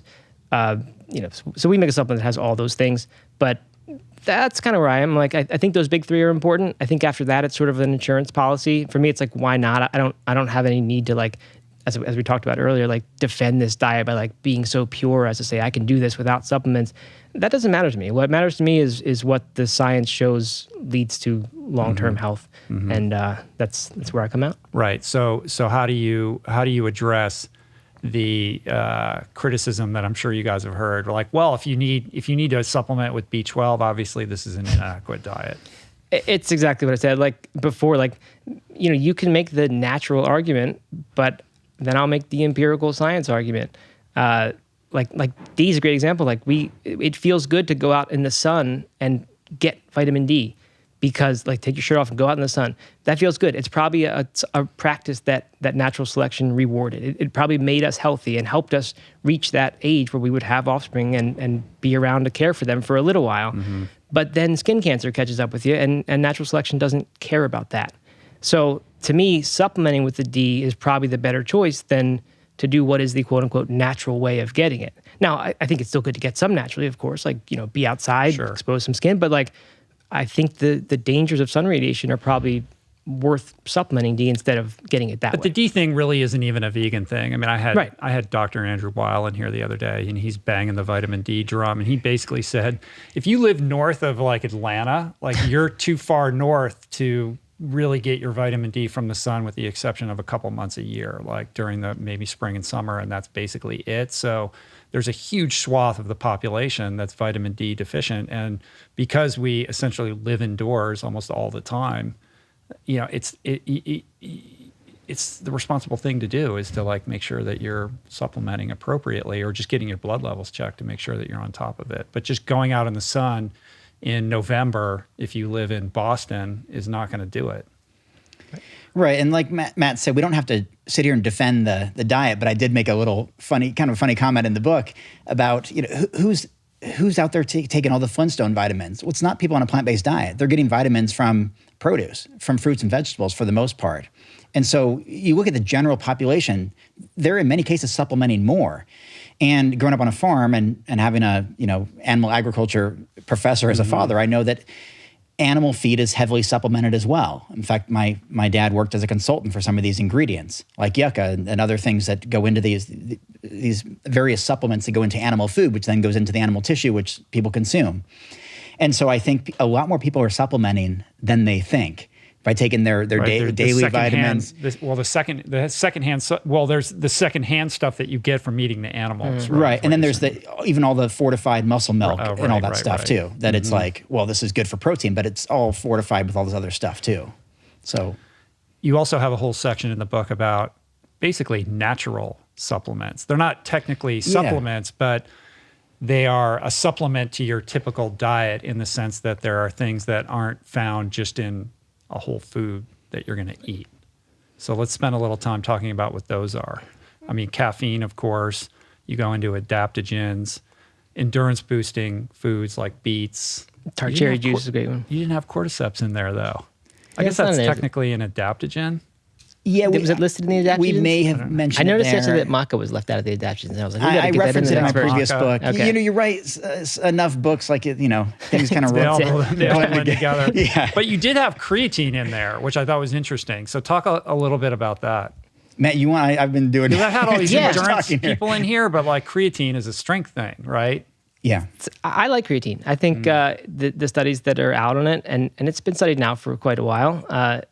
It appears that, I know there are anecdotal stories of people who, whatever happens to their kidney or something, but like when you look at the science, it appears that it is completely safe. I don't give it to my kids because there's not enough science there yet. It's not in plant-based foods by and large, so we are getting less than an omnivore would. It's also been shown to improve memory and things like that when vegetarians or vegans take it. So there's some cognitive benefits. So I think it's a good thing. It's not something that I take a ton of or would want to go crazy with. But Robert I don't know. Might. I don't think Robert likes creatine either, right? No, actually, it was the worst for me ever of any supplement I ever took. I couldn't even finish workouts. It was so hard on my stomach, just stomach pains. And then I tried Crealkaline, like a liquid form instead of the powder. I just couldn't get it to work for me. And I was into it just because I was trying to use any bodybuilding supplement that was natural and Is it natural? How do they synthesize it? What does it make? How do they make it? Well, I mean, everything is lab made these days. What I mean is like natural as far as like not a banned substance, Right. not an anabolic steroid or hormone or growth hormone or something like that. But it's not derived from animal products? No. I mean, they'll say vegan right on the package. Like, I don't know from a chemistry background how this stuff is made, but pretty much everything is just lab made these days by different chemicals together. And here's your powder certified vegan creatine. Like, I don't know behind the scenes, the white coats, how that's made, but it's out there. And I think, Matt, we mentioned this in the book, that vegans and vegetarians tend to benefit the most, because if their creatine intake levels were already kind of low, once you start taking it, you get that faster, you get the results a bit faster or more significant. And basically it helps retain water, in your muscles, and it helps vanity supplement, really. But it also gives you some more mass. Like, that's what I argued in the book, is that if you have an extra 5 or 10 pounds, you have more mass to move more mass with, and therefore can enhance strength gains. You have more mass to work with, and, which is what helps as you're building muscle, right? I mean, as I go from 165 to 220, the more mass I have to work with, the more strength that I get. I'm just have more space. I have just bigger limbs. I can move more weight, and then I get stronger, and then I get bigger because I elicit the muscle growth in that process. So creatine can kind of help in those kind of ways. But I mean, to get back to like less controversial ones, tart cherry juice is a great one. I give that to my kids all the time. That's kind of my post-workout drink usually, is a tart cherry juice thing. Again, just with the anti-inflammation, that's been shown to reduce muscle soreness and inflammation. So that's a great one. Ginger, turmeric, these do the same things. And that's what I was saying earlier about like plant-based foods have lots and lots of anti-inflammatory compounds without even trying. But these particular ones, they really pack it in. And, who knows if it's a placebo effect or just, ginger shot will wake you up like nothing else. So I like working those things in. But they're supplements. They're not necessary additives to a diet.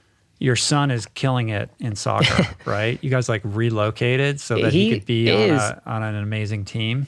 Yeah, which is not quite as dramatic as it sounds. The reality is I was driving like 2 to 3 hours 3 times a week, both ways. And it was like, this is just killing us.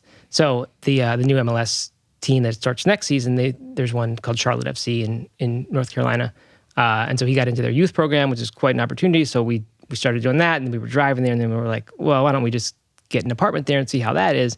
And we did that, and worked out great. And then we found all these other soccer opportunities in Charlotte. So we've kind of oriented our lives, as I mentioned earlier, a lot of it around the kids as athletes now, or the kids as humans now, really.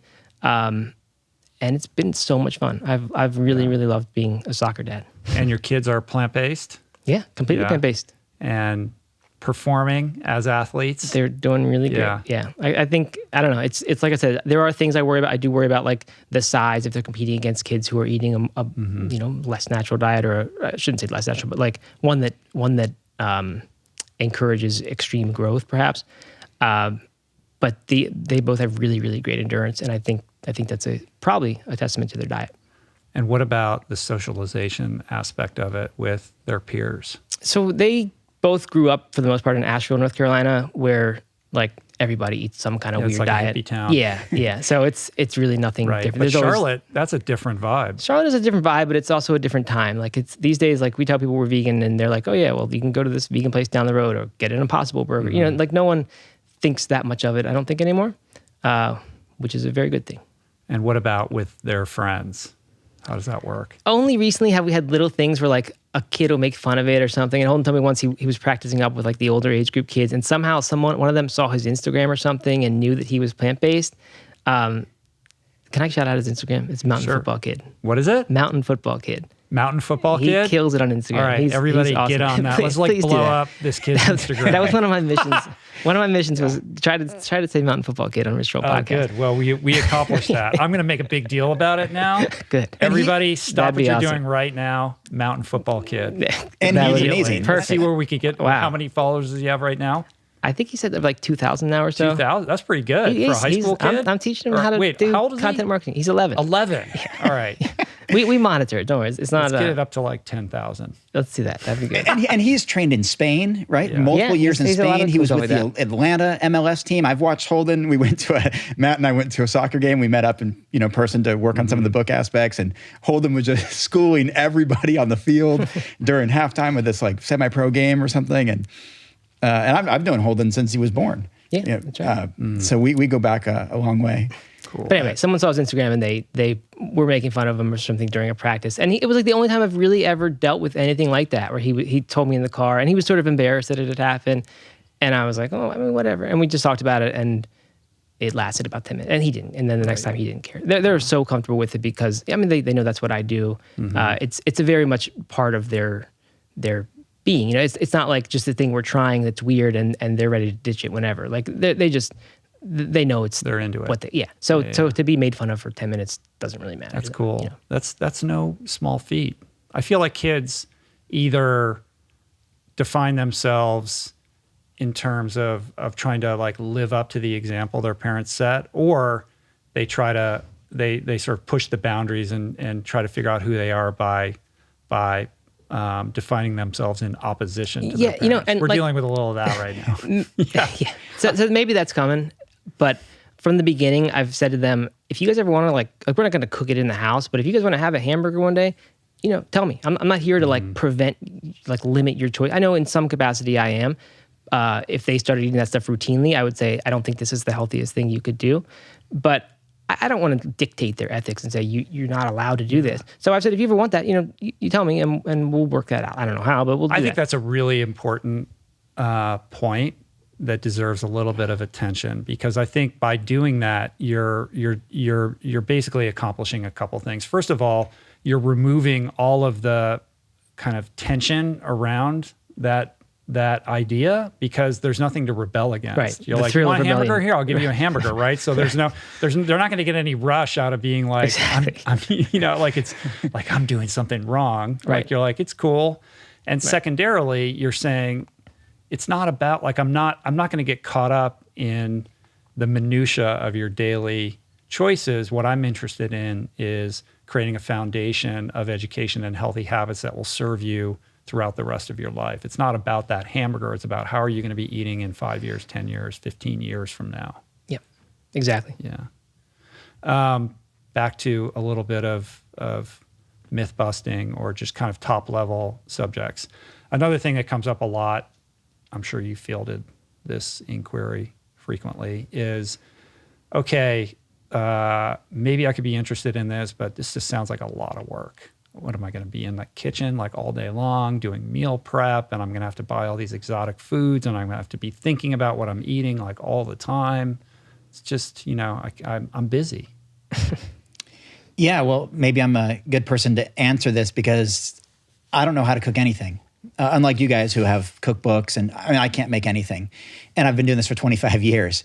So it's totally easy for me. Largely, I eat a lot of simple foods. I eat a lot of produce. I eat foods that I really enjoy, lots of different fruits, and foods that are already prepared. Like I rolled into town and picked up some plant-based sushi, Whole Foods Market, or I can get it anywhere. It doesn't have to be in an elitist kind of store like Whole Foods. It could be anywhere. And just the accessibility of anything that you already enjoy: burritos, tacos, pizza, sandwiches, wraps, salads, sushi, pho, whatever it is, it's there, it's available. And I'm someone who's a recovering workaholic. Like I used to have to maximize every one of the 1,440 minutes we have each day. And that, that goes back to my early days of hustle, grind, Gary Vaynerchuk inspired in 2009 when I met him and used to kind of follow that crush it approach.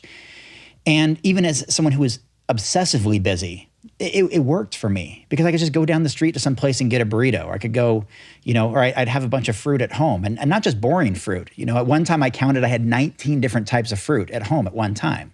And that can be berries and melons and citrus and lots of different things, avocado. And so there's a variety there. You just grab some blueberries, grab some raspberries, strawberries, watermelon, pineapple, whatever. And then the heavier stuff, doesn't really take much work. I say I can't cook, but I obviously know how to make rice or pasta and those kind of things. Or it can be staples. They're heavier, more calorie dense. You add other things to them, some olives, some sauce, whatever. But the point is, it's more accessible now than ever before. I mean, I'm sure that's just on repeat now. Everyone's repeating that. You can just get it at fast food places. Not that we're encouraging people to eat fast food, but the accessibility of a plant-based diet has never been greater than it is today. And it doesn't have to be exotic, doesn't have to be expensive.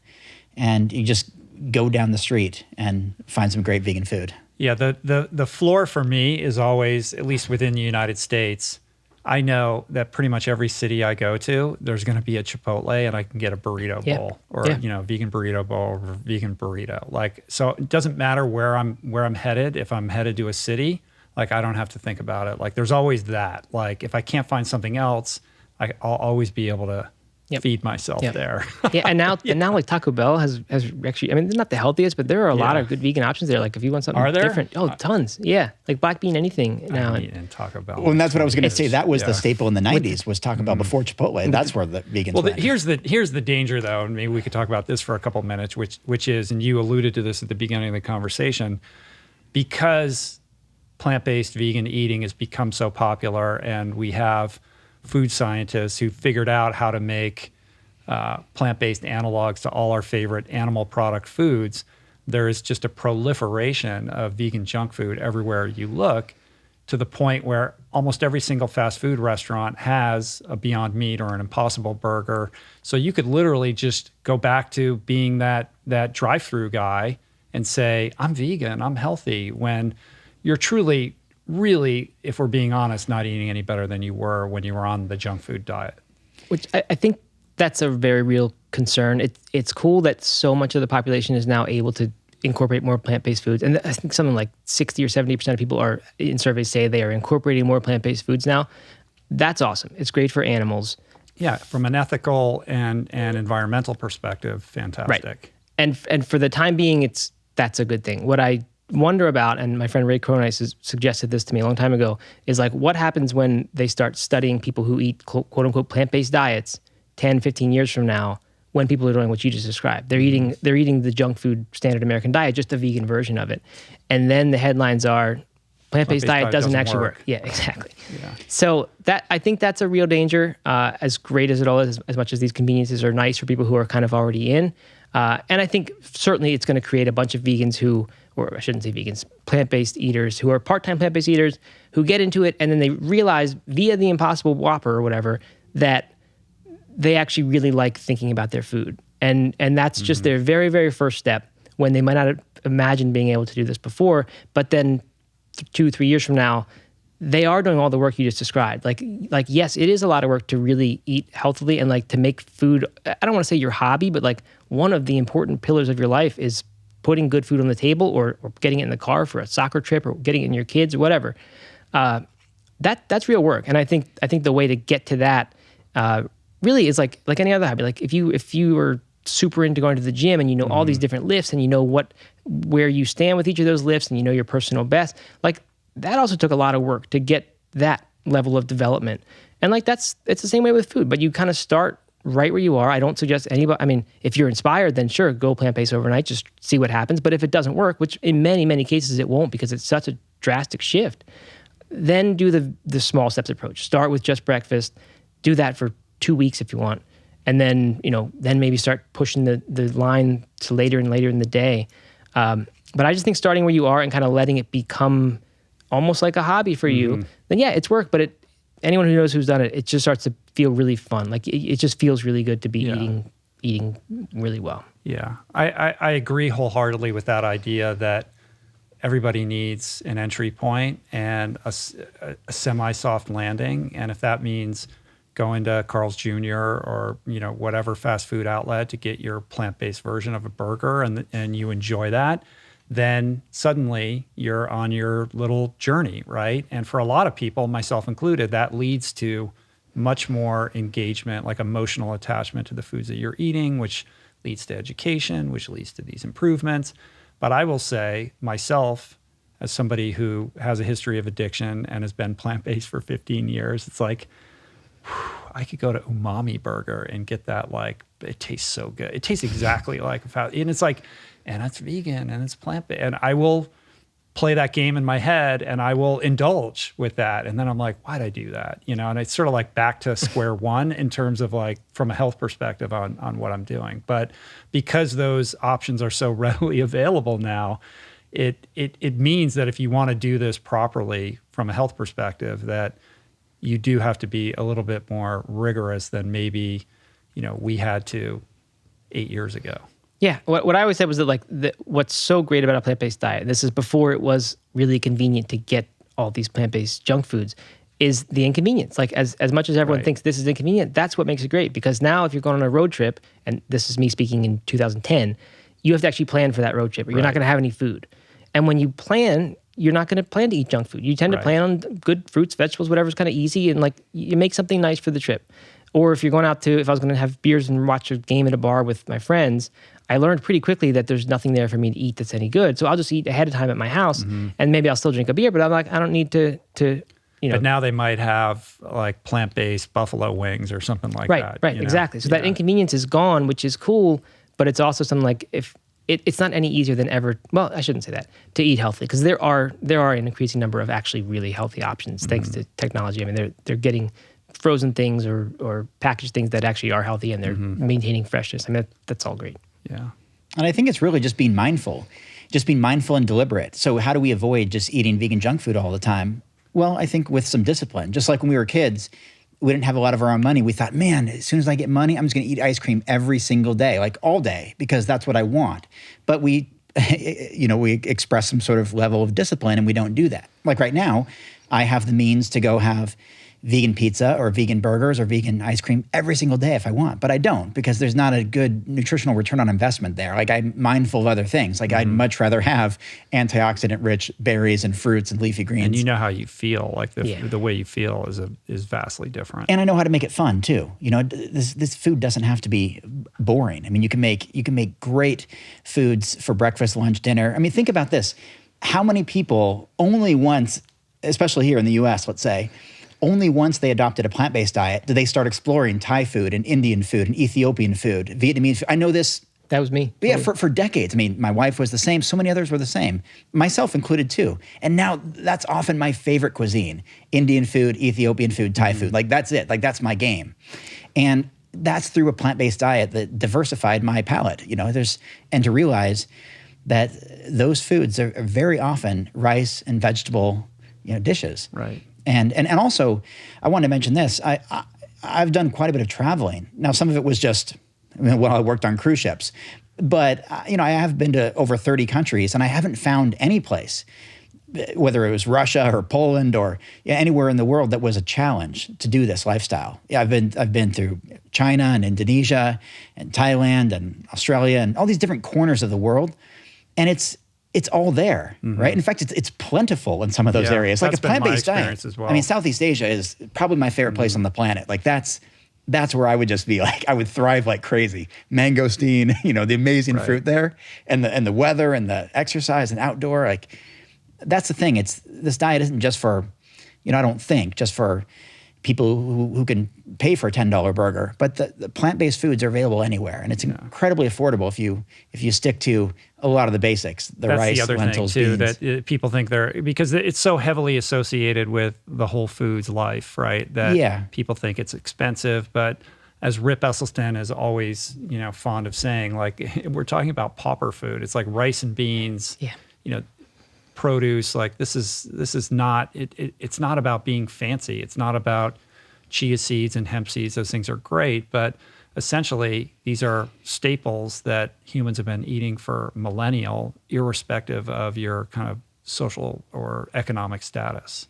And look at the blue zones. Some of the consistent themes throughout the longest lived people in all different cultures and all corners of the world are legumes. That's a common theme that binds their diets together. Yep. And a heavy plant-based diet, maybe minimal animal protein. And these are foods that are incredibly affordable. I even wrote like a 35-page article on that. It meant to be 800 words, but as you can tell, I'm a little bit long-winded at times. Yeah. And it was about I get your emails. I know. Oh, you do? I didn't know that. Oh, that's amazing. Oh, so you saw the one yesterday? Yeah, I did see it. Oh, that's great. That's great. I did not know that, but I appreciate that. Yeah. I'm actually honored. Yeah, so I wrote all about that, and it turns out the most affordable foods, when you take out government subsidies and all these kind of things, like and then you get the nutrition per calorie. I measured all this stuff. The number one food in the world is the mighty lentil, as far as the actual nutritional return on investment you get per cent, per penny. And then all the foods you'd expect, pinto beans, rice, oats, all right up there as well. And these are foods that should be hopefully accessible to most people. And they're great nutritionally. They last for a long time. You can make them in batches. That's another thing we talk about in the book and oftentimes in our own writing and our own presentations is that if you can batch cook stuff, if you're prepared at home, big batch of brown rice, lentils, garbanzo beans, pinto beans, black beans, salad greens already ready, sliced up fruit, right? Whatever the case is, you can just mix and match right there. You can make a different those just theme. provide the foundation for a million different kinds of things. Because what happens if you don't have that preparation? I'm hungry. I got to run to a restaurant real quick. I got to order something to be delivered at my door. I just need to eat this frozen food that's for the microwave that's in the freezer because I need these chips right now. Corn chips. I need the salt, the sugar, the fat. I need something. So we can avoid that. And that's one of the big downfalls too. Like Chef AJ says, talking about junk food, if it's in your house, it's in your mouth. Yeah. If you can be a little prepared, and plant-based athletes are no different. In fact, maybe even more so. If you can be prepared nutritionally, man, you get your pre-workout food is right there. Your fruit or whatever the case is. Your post-workout food is right there. It's ready. You don't need to go, because when you're hungry, you're going to spend extra money. You're going to buy the wrong things. And you're going to say, man, I just worked for 90 minutes on that workout. And now this is what I have to show for it. I'm going to load up on all this stuff that's not health promoting. Yeah, in a macro sense, if you talk to Dan Buettner, he'll tell you that the way that we're going to shift people towards healthier lifestyles is by changing their environments. You got to create bike lane, like on a kind of urban city community level, you have to create systems and structures that make the healthy choice the easy and convenient choice. And I think we can all do this in a micro sense in our homes with our refrigerators, or, to the extent that you remove the unhealthy choices from arm's reach and you always have the healthy choice available to you. It just makes it so much more likely that you're going to end up eating better because that's what's right in front of you. I think I heard the guy who wrote Atomic Habits. Oh, James Clear. Yeah, on your podcast, saying he puts the beer in the very back of the fridge. Right. And it's almost cliche, this just change your environment, just kind of don't have it in your house. But that stuff is so effective. I really think if you can just design your environment in this micro way, or putting Leo Babauta trick, but the sticky notes up on the mirror that reminds you of to do your daily meditation, because so much we just forget. Those little environmental changes, I think, are way more powerful than the kind of willpower, I'm going to remember to do this thing. Sure, they seem hokey, but they actually really work. Right. Well, and habits change as a result of consistency. And the way that you say it and the way that Sonia Looney says it in the book, I love it. I actually use this word now. I used to think consistency was the most important word in the world. And now I like the expression showing up. If you just show up every day, and that's with exercise, that's taking your dogs for a walk, that's with contributing to your environment. It's with nutrition, it's with exercise. There's days we don't want to, right? We don't want to go to the gym. There's a basketball game I'd rather watch, or there's, Twitter comments I'd rather chime into, or something on the internet I want to do. But if you can just show up day after day, and that's nutritionally too, keeping the right food in the right place, but also exercise. How much of a test was this past year, right? With quarantine and pandemic stuff, and what are you going to do within your capacity to overcome that? What kind of habits can you develop? Because as Matt and I both know, and we've written a lot about this, willpower and discipline can only take you so far. But the way you say it, Rich, showing up, you mentioned something like just put your shoes on or put them by the door and go outside. You don't feel like a run, but give yourself 5 minutes. That could turn into 50 minutes, right? That's one thing I think I hope resonates with a lot of people. Well, you've got a lot of stuff in the book about that, having an accountability partner and setting goals. So you have all the science, you've got all these athlete testimonials and stories, and then you kind of have this self-help piece about how you actually implement all of these things in your life in an effective way. And then you've got the recipe, so it's all in there, right? The whole and the day in the life, the day in the life, day in the life. That's right. Well, we're both laughing because Matt and I are both obsessed with self-help stuff. Oh, you are. We just are. That's the tone of a lot of it in the book, is that you have to have this belief in self. You have to have gone through some of your own struggles, either internally or externally, and come out better on the other side. That stuff is just so powerful. And we're both just big fans of that kind of personal development and self-help. And so we couldn't help but put that tone in there. And then some of the fun things like the recipes, you'll notice they're all contributed by the athletes. They're not, it's not my way of eating. It's not Matt's way of eating. We're not telling you to subscribe to a certain, dogma. This is what, James Wilkes has for breakfast. Right, this is what these people are actually eating. This is what these Olympic athletes, and what Julia Murray eats, and there's so much variety in there. There's something for everybody. Well, on that subject of kind of day in the life, look, over the course of the history of this podcast, it's tipped very heavily towards the endurance athlete in many ways. And we've had lots of runners and plant-based, it's like, here's how I do it. And I have had strength athletes on. I've had Nimai on. I had Patrick Baboumian on a while back. But I think it would be good to spend a few minutes talking about, how you do it, Robert. If somebody's listening to this and they're like, I love Rich, but he does this ultra stuff. Like, I just want to go into the gym and put on some mass and get stronger. Like, how does Robert do it? Yeah, I think, potatoes are your friend. Potatoes, yams, sweet potatoes. These are the kind of foods, so I look at things, and I wrote quite a bit about this in the book about calorie density and nutrient density. Basically, looking at the nutrients per calorie, but also focusing on those calorie-rich foods. Like Matt was talking about, if you're going to put on some mass, you got to have the nut butters, you've got to have the legumes, the grains, nuts and seeds themselves in some capacity. You've got to have the calories there. And so that's what I focus on. I mean, for me, it's exciting to weigh around 220 pounds as someone who, as a teenager, was always aspiring to be like this pro wrestler guy.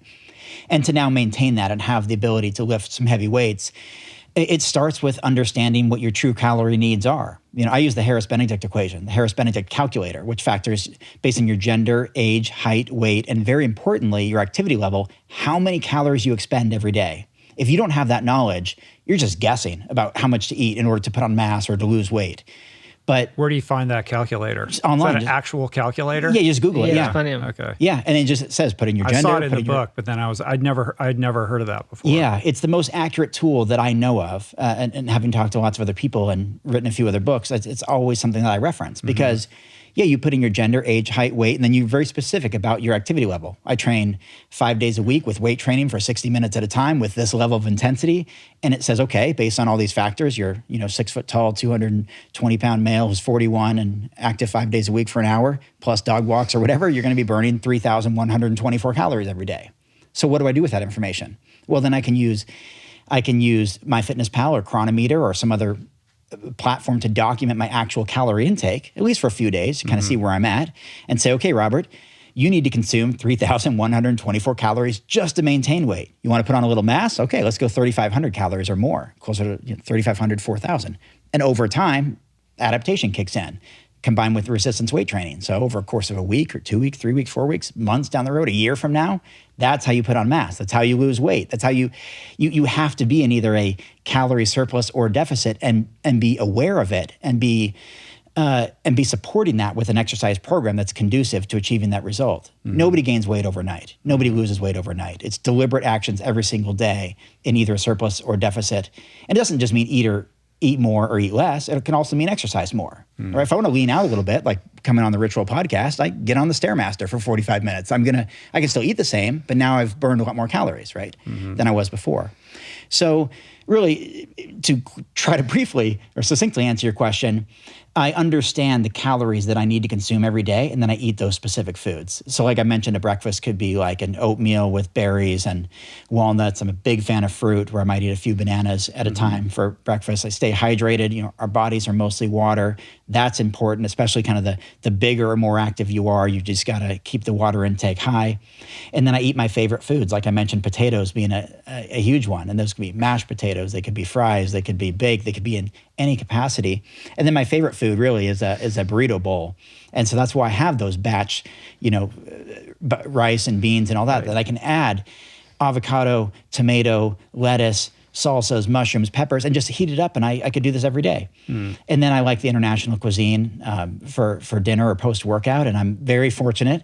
My wife, Karen, makes incredible food and is very generous with, she makes a lot of our meals. She knows I lack a lot of skill in the kitchen, and sometimes I lack the discipline as well, where my mind or my time is spent elsewhere. So I'm very fortunate to have a wife who helps me in that You're capacity. 41 now? How Yeah. old are you? 41. So have you noticed any changes in your metabolism or the way that your body kind of responds to the training or the food that you're eating?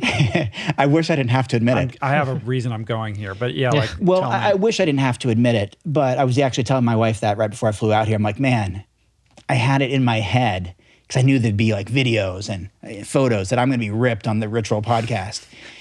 You're two in your head, dude. You look great. And I worked hard, but I was also at the same time trying to maintain this like 220-pound body frame, which obviously has some body fat on it too. And I was using the Stairmaster and I was doing fasted cardio, all the stuff I used to do in my 20s and 30s. And I wasn't seeing the results quite as fast. And I feel like there's a couple factors at play. One, stress and anxiety, which I suffer a lot from, including coming on the show. It was weeks of worry and Oh, come on. and I mean, that's the truth. That's just the truth. And so that impacts me a little bit.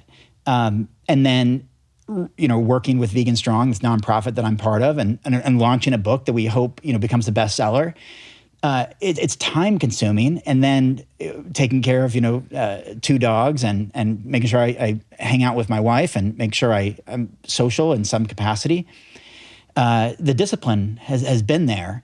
I'm still getting a lot of good exercise in, but sometimes the results have been a little bit slower recently, it feels like. But at the same time, if I get in the right lighting, I take my little photos you see on Instagram with me in the mirror, and I'm the biggest. Yeah, there's some of the best shape I've ever Everybody's been seen in. him. Yeah. What's that? Everybody's seen it. That's a Robert Cheeke on I know, social that's media. your thing, dude. I'm Yeah. surprised you didn't wear a tank top. Yeah, that's my smiling thumbs up and the side pose.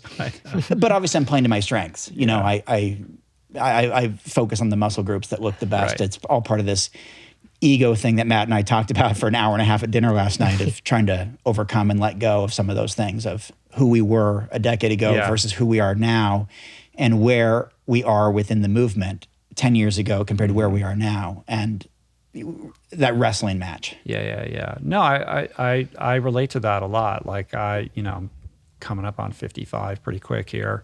And one of the things that I've done during quarantine is something that I haven't done in a very long time, which is to focus on strength. And I got back into the gym, and I have no problem putting on mass. Like it happens like that for me, like almost too quickly.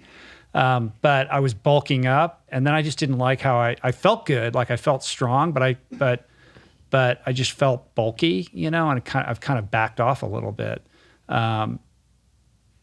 It's fine if I pair that with some pretty decent volume in terms of my endurance training because I can maintain being lean. But I'm not able to train that much right now because of all the things that I have going on right now. And so I've kind of pivoted back towards the running and the cycling and things like that because I just felt like I was started to feel like the Michelin man a little bit. So I guess what I'm saying is that, I noticed that my I can't shift gears in the way that I could maybe 10 years ago in terms of like, I want to put bulk on, but and then I want to lean out. Like I can still do all those things, but I need to bank more time in order to achieve those goals versus the way that it was maybe a decade ago. I've noticed exactly. With the quarantine period, I like a lot of people, I put on, I did all kinds of cooking. Like it was crazy. Like I loved it. I had so much fun, like with all that extra family time. But like just started eating junk food, and I kept telling myself, well, I eat a vegan diet, so it's not really a problem. Like it's just I can't gain. And I always said like I don't really put on mass or get fat or anything. But I had turned 40 a couple months ago, and it's just a little bit different now. And a lot of things are different. I don't sleep like I used to. I've had to like do all the, get the blackout curtains and get the Uller thing where it cools your mattress at night so that you don't wake up. And like, I'm starting to like do like wacky sleep stuff. Yeah, I mean, like all the things that just came easy. Right, like you can do anything. Now and you got go to work sleep. for them. Exactly. So now I'm like, well, I don't want to eat a meal too close to bedtime because that'll mess up my sleep. And partly it's because now I'm paying attention to the data, which drives me nuts. But you got the Oura ring on. I need this data. I can't lose this hour. But then the data can fuck with your head. Oh too. my gosh! It really can. I think it's a good thing, but I think we haven't quite figured out how to best live with it yet.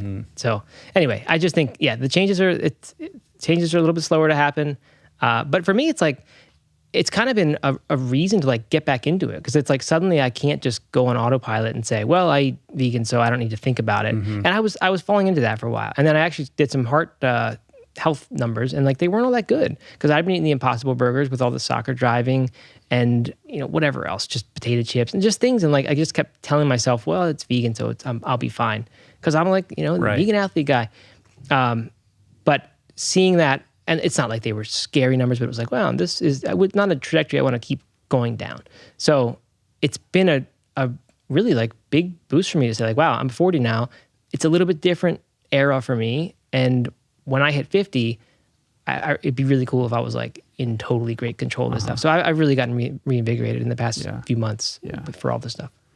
Let's talk a little bit about advocacy. We alluded earlier to, sort of some infighting in the vegan movement, and, there's a lot of sniping going on. And I spent a lot of time thinking about like how to be an advocate for the things that I believe in and things that I care about. And if you take like the plant-based athlete movement as an example, you'll see a spectrum of different strategies, from the super hardcore animal rights advocate who is taking no prisoners, to the very gentle approach, Matt, that I think you've adopted and that is kind of in tune with your constitution. Like it just feels very authentic to you. If I had to say, I'm more, in your kind of side of that spectrum. And I tend to think of it as just trying to be an optimal living example of the values and the ideals that I care about. But I think it is really important to be mindful about how we communicate these values, to do it in a way that it connects and resonates with, as many people as possible. So how do you, like Robert, how do you think about that? It almost sounds cliche, but I like the expression that I'm in constant pursuit of the best version of myself. But that's true. Like that really is true, because I got into this because I wanted to make a difference in the world around me. I wanted to make a difference with the farm animals, that I was around. And later I wanted to inspire people. And I really, truly wanted and want to make a difference. And whether that's because it makes me feel significant or makes me feel fulfilled, or that my life has purpose because I'm significant in the life of somebody else, even someone who just read a book and said my life changed because of that, that means something to me. And I don't know if that's a selfish thing or an ego thing, but that's how I conduct myself. Whereas in my 20s, it was more about, I'm the new Tiger Woods of the vegan bodybuilding world. I'm the best thing that's come to this movement. Ego-driven versus mission-driven. Yeah, but that was also the time. I was in my 20s. It was. I think we've all gone through some of these phases where I wanted the magazine covers, I wanted the TV stuff, I wanted the newspapers, I wanted the microphone, and now I realize that there's so many messengers out there, and so elevating all these other athletes who are just, in many cases, better representatives as athletes. They perform better in their sport. They have better results. Whether they have a smaller audience or bigger audience, but just giving them an amplified platform to showcase, what they're doing is something that really means a lot to me now in my advocacy. I've never been one. I've participated in protests and stuff, but I'm not good at it. That's just not my personality. Confrontational stuff is, I know some people, I wish I were more like that. I think including my wife. I wish I'm just more assertive in those kind of things, but I'm just not. I'm not. And I'm much more of what can I do? What's the best use of my time to create the most change? And that's where writing came from. Like that's why I wanted a book like this. I mean, it took a lot of manifesting, so to speak, to get a hardcover book like this, to self-publish books for a decade and be on this pursuit since I was in 3rd grade and said someday I'm going to be an author.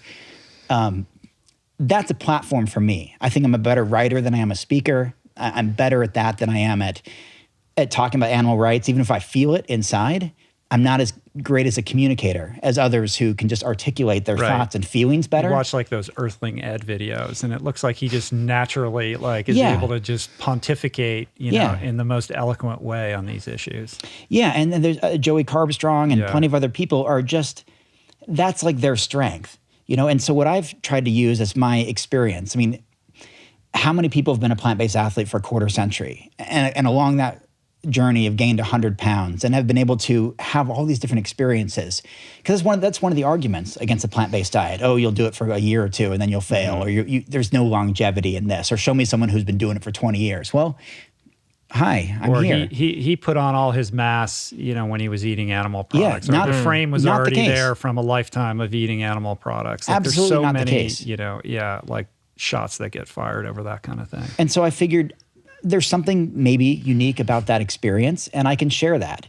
And then with this new book, it was an opportunity to share all those other stories from people you haven't heard of. Caitlin Cook or Orla Walsh or Sharon Feichman or Jahina Malik, who's been vegan since birth and is a professional bodybuilder on the highest level, the IFBB Pro. And she, along with her other siblings, like 4 other siblings, been vegan since birth. And be able to tell those stories, like that is part of my advocacy. Is I'm a storyteller, and I like it. I just embrace that whether it's through audio like this or video or writing, that's how I communicate a message, is through stories. And I've got my own, and everyone has their own story to share. And if I can help other people share their stories, then that's where I feel like I've contributed to the movement. Yeah, I would agree with that. I mean, I think both you guys and Matt, everything that you've done with No Meat Athlete. I mean, it's really, when I go to the site, and I didn't say this at the outset, but I've been visiting your website from the beginning. Like when I was learning and you were starting, and I would go and you'd have these very helpful blog posts that I'm sure from the early days still get traffic, right? They're just like, how do I start? You know what I mean? Like those things are like evergreen content, but you've mastered meeting people where they're at, right? Like it's this welcome mat. Hey, everybody, come on in. Like, let me hold your hand. Let me guide you through this. Like, this is a judgment-free space. We're this beautiful community. Yeah. I mean, it was the only way I could imagine doing it. Like, that's the opposite of that is what repelled me for a long time. And finally I said, I'm going to do this no matter what. And I said, I want to be the opposite of this sort of force that made it seem like this scary, weird fringe thing. I just wanted it to be cool. And like, you're not going to be judged if you're not perfect yet. Yeah. It's fine. Like I don't know. It's just that's been my thing, and like Robert said, like being an example. That wasn't really the intention, but I realized once I qualified for Boston and then got into the 50 and 100 mile races, like people started viewing me as that, and then I started saying, okay, well I can be that as well, but I'm not going to tell anyone ever that this is what you should do, because I don't know what you should do. Like you know that. But your site and everything that you do isn't this cult of personality around you. It's about the community. It's absolutely not. Yeah. And for a while, it got to be about me when I was doing those races, and I think I got mixed up in my head as like what it was about a little bit. But then once I ran my 100 miler, my motivation for running like just disappeared. Like I just lost like that Boston and then that, and I was like, I don't have any reason to go do it. And it's not like I needed to prove to myself. Right. It's not like I had mastered that by any means. Like I think I ran 28 or 29 hours. It wasn't a fast 100. Like I could have certainly done had set new goals, but for whatever reason, like I had done this thing that I thought was impossible, and then my motivation just went away when that went. So like once that happened, I realized I was like, wow, like I can't really be an example right now at this stage in my life. So I need to sort of step aside and like find other writers. And then at the same time, I got into like the entrepreneurship side of it and said like, what other businesses can I go do? And I met a partner named Matt Tolman, who's like just really kind of helped us reach new levels. And it's been awesome the past few years with what we've done. And we've reached so many more people now with that new approach. And so like, but as I guess as I realized that it is not at all about me. And I've also gone through this thing now where like I'm starting to make my way back into fitness and health and like putting it in the very front of my mind, not just for my kids, but actually for me again. I'm starting to like kind of come back and do more writing and stuff like that. So it feels very good now to like come at it now as an example, I hope, of someone who's like, just really thriving and doing great in this like sort of next phase. Not going to be setting PRs because this is not on my, I'm sure I could, but it's just not something I want to be doing. Well, I appreciate the honesty and the transparency there. I think it's important to be intellectually honest and rigorous about what we know and what we don't know. And I don't like how certain people who are part of this movement kind of overstate the case, because I don't think it's in service or in service of the broader movement, because you're basically exposing yourself to be criticized or attacked because you feel so strongly or have such an attachment, or perhaps you're coming from an animal ethics perspective. This proneness to overstate the health implications of this diet, I think, causes more problems than benefits. And I found the scientific analysis in the book to be just that, in the sense that it is rigorous. You're not making claims that are unsubstantiated. You're quick to point out we still need more research here, or this is what we don't know. And I really think that is the way forward if you want to really advocate for this in a sustainable, substantive way. Well, and we knew that was the approach we wanted to take, and especially we had our eyes on Dr. Michael Greger to write the foreword for a long time. He's been a big inspiration to both of us, and so we knew it had to be evidence-based. And then having the opportunity to talk with dozens, or either in person or through email, dozens of experts, registered dietitians, doctors, many of the people we both know and love, Brenda Davis, Dr. Clapper, so many others, Campbell Esselstyn. It felt like that was the right approach to take with this book, especially because so many of our other books have been kind of memoir type approach, or like my philosophy, which is kind of unsubstantiated. It's just what worked for me. And look, here's how I built 100 pounds, But this was a different approach, more that grown-up approach, that this was like this is our kind of a return for both of us in kind of a way where we took a little bit of time, whether it was with our families or taking a back seat from like the blogs being about us or the websites being about us, and having that time to reflect and watch how the movement has grown over the past decade especially, and then come together as longtime friends and with really this endurance platform, strength platform, and two people have built these relatively popular websites and say, let's merge here and tell a really compelling story, because the plant-based movement is ready for it. Yeah, it's ready for this kind of story.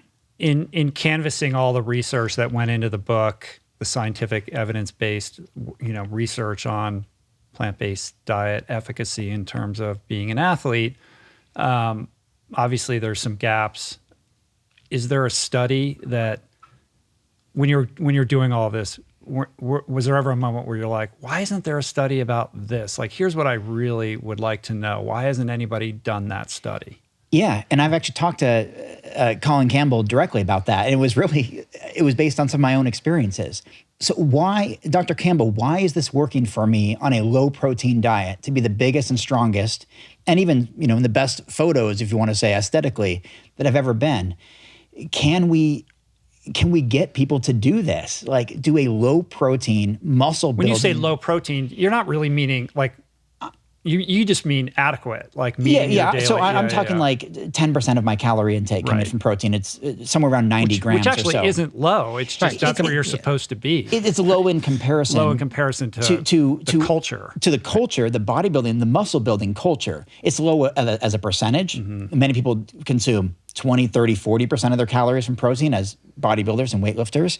It's low as a total number of grams. Many people consume 200, 300 grams of protein, myself included 10 years ago. And I'm doing like 90, 75, 78 grams a day and maintaining a mass of 200 plus pounds and close to 220. So I talked to Colin Campbell about that. And I'm so intrigued by it because I've experienced it firsthand. And I feel like I know I'm not special. It's not that, Robert's got this great work ethic. I mean, we already know that's already been exposed, that sometimes I just don't have it and I'd rather do other things, or I've got to write a book, or I'm interested in a basketball game, or I'm not always super, super consistent. So, but why is that working for me compared to when I was younger, had greater levels of testosterone, had more ambition, more enthusiasm, more passion for competitive bodybuilding? I was a super fan, going to all the, the Olympia and all the shows. But why now, later in my life, when I lift recreationally, casually for the enjoyment of it, am I bigger, stronger, and in many cases, let's say look better aesthetically on a low protein diet without protein supplementation? How does that work from a scientific, like a nutritional standpoint? And I'd like to see some of that. So you went to him and asked him that? What did he say? There's no study. I mean, he's all about data and research. Well, we don't know. Right. We don't know. And I even said, because I don't know. Garth Davis would be another candidate. Well, he's not a research scientist, but somebody who could perhaps spearhead or create, a situation in which a study like that could be conducted. I was even saying, because I don't know how a lot of this stuff works, like the actual scientific study. I said, can we do something here, Dr. Campbell? He's enthusiastic. He obviously has endorsed really all of my work, and he knows that I came to this conclusion based on his program from the Center for Nutrition Studies. He knows why I adopted a low-protein diet, or what we can call an adequate protein diet, I guess.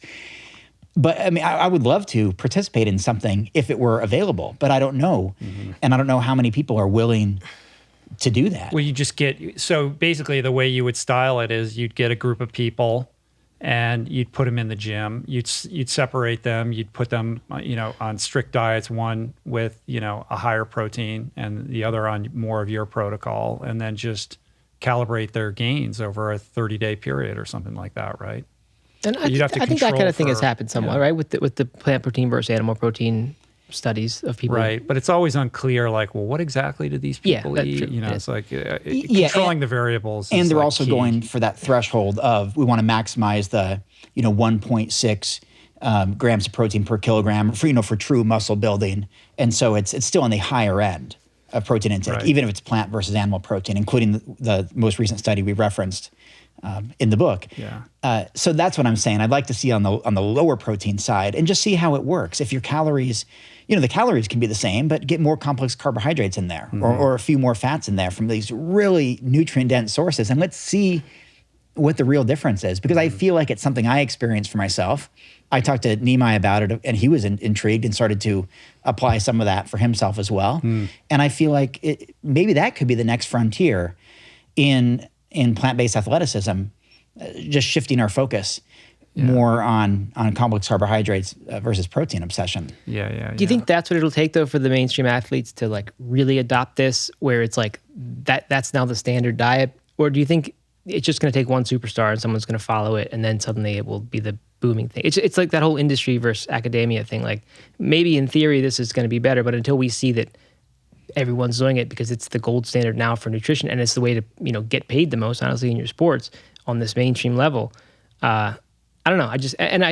We're seeing so many begin to be sprinkled in all the different sports that are doing it, that I think that's not far off from happening. Yeah, I think it's both. I think that's a great question. I think it's a bottom up and a top down situation, right? From the bottom up perspective, you need this groundswell movement of people who are inspired by the books and the YouTube videos and the podcasts to give it a try in their own daily lives. And then you need the superstar athlete who ends up doing it and crushes it in a way that defies all the kind of poo-pooers who say, oh, well, that person's a freak of nature, or it's a one-off, or this is an outlier, or they were already great before. It's like you're going to need a critical mass of really elite high-performance athletes across a diversity of sports, I think, before you get to a cultural tipping point. We're moving towards that. But right now, when you canvass professional sports, and you have a bunch of these people in the book, but we haven't reached critical mass. Right. If we're being honest. There's a couple people here and there. Right. And to be fair, it's a lot to ask. If you're getting paid millions of dollars a year and your entire life is premised upon you performing at the highest level in your given sport, to say, hey, I want you to throw out everything you ever thought you knew about nutrition and try this other thing. The risk analysis doesn't make sense for that person to roll the dice until there's enough people that create that critical mass and a feeling of security in starting to segue into that direction. And that may never happen. I'm kind of glad we came back to this, and you mentioned not overstating the point in there, because I only realized just this past week as I was reading the book more and thinking more about it, that this isn't really about, at least I don't think for either one of for me or Robert, it's not about convincing top athletes that this is the way to get better at your sport, because we don't know that. What I think the hypothesis here, the premise is that this is a viable alternative to the other diets now. Like maybe the steady state we're going to reach is that there's in pro sports there's the paleo, the keto. I don't know about keto, but there's the paleos, there's the vegans or plant-based, and it's not that one dominates because maybe all these work for short-term sports performance. Short-term, meaning 5, 10, 15 years.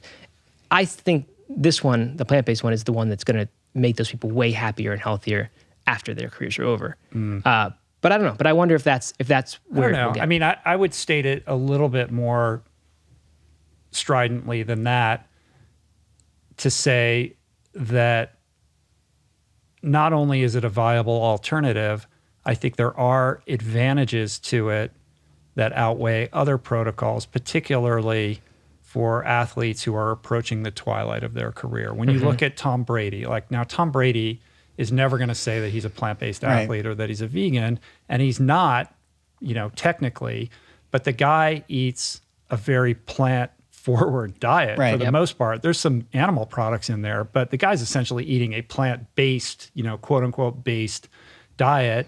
He's crushing it in a way that no other athlete in his position ever has. People are paying attention. He gets made fun of for it at the same time, but you cannot deny the incredible results that this guy is getting. So when you're in that twilight space and you're starting to get injured more and you just can't get out of bed in the way that you used to, I think there's a receptivity to this way of eating.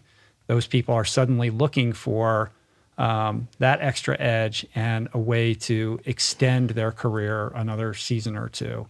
And I think those are the people that are the ones who are, jumping on board here. And I think it builds from there.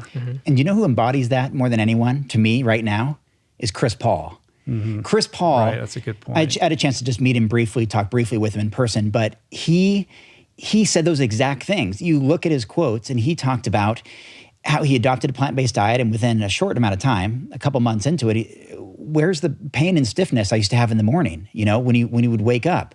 And you look at his career, he was an amazing player and then was off the all-star team for 2 or 3 seasons in a row, adopted a plant-based diet, talks about it enthusiastically, returned as an all-star every season since. Every team he's got on has gotten better. He's nearly an MVP candidate this year. He's probably in the top 10. And he talks about this renaissance career that he's having. He brought his athleticism back. He got his first dunk. It sounds silly, but he's a smaller guy. He's maybe a little bit taller than me.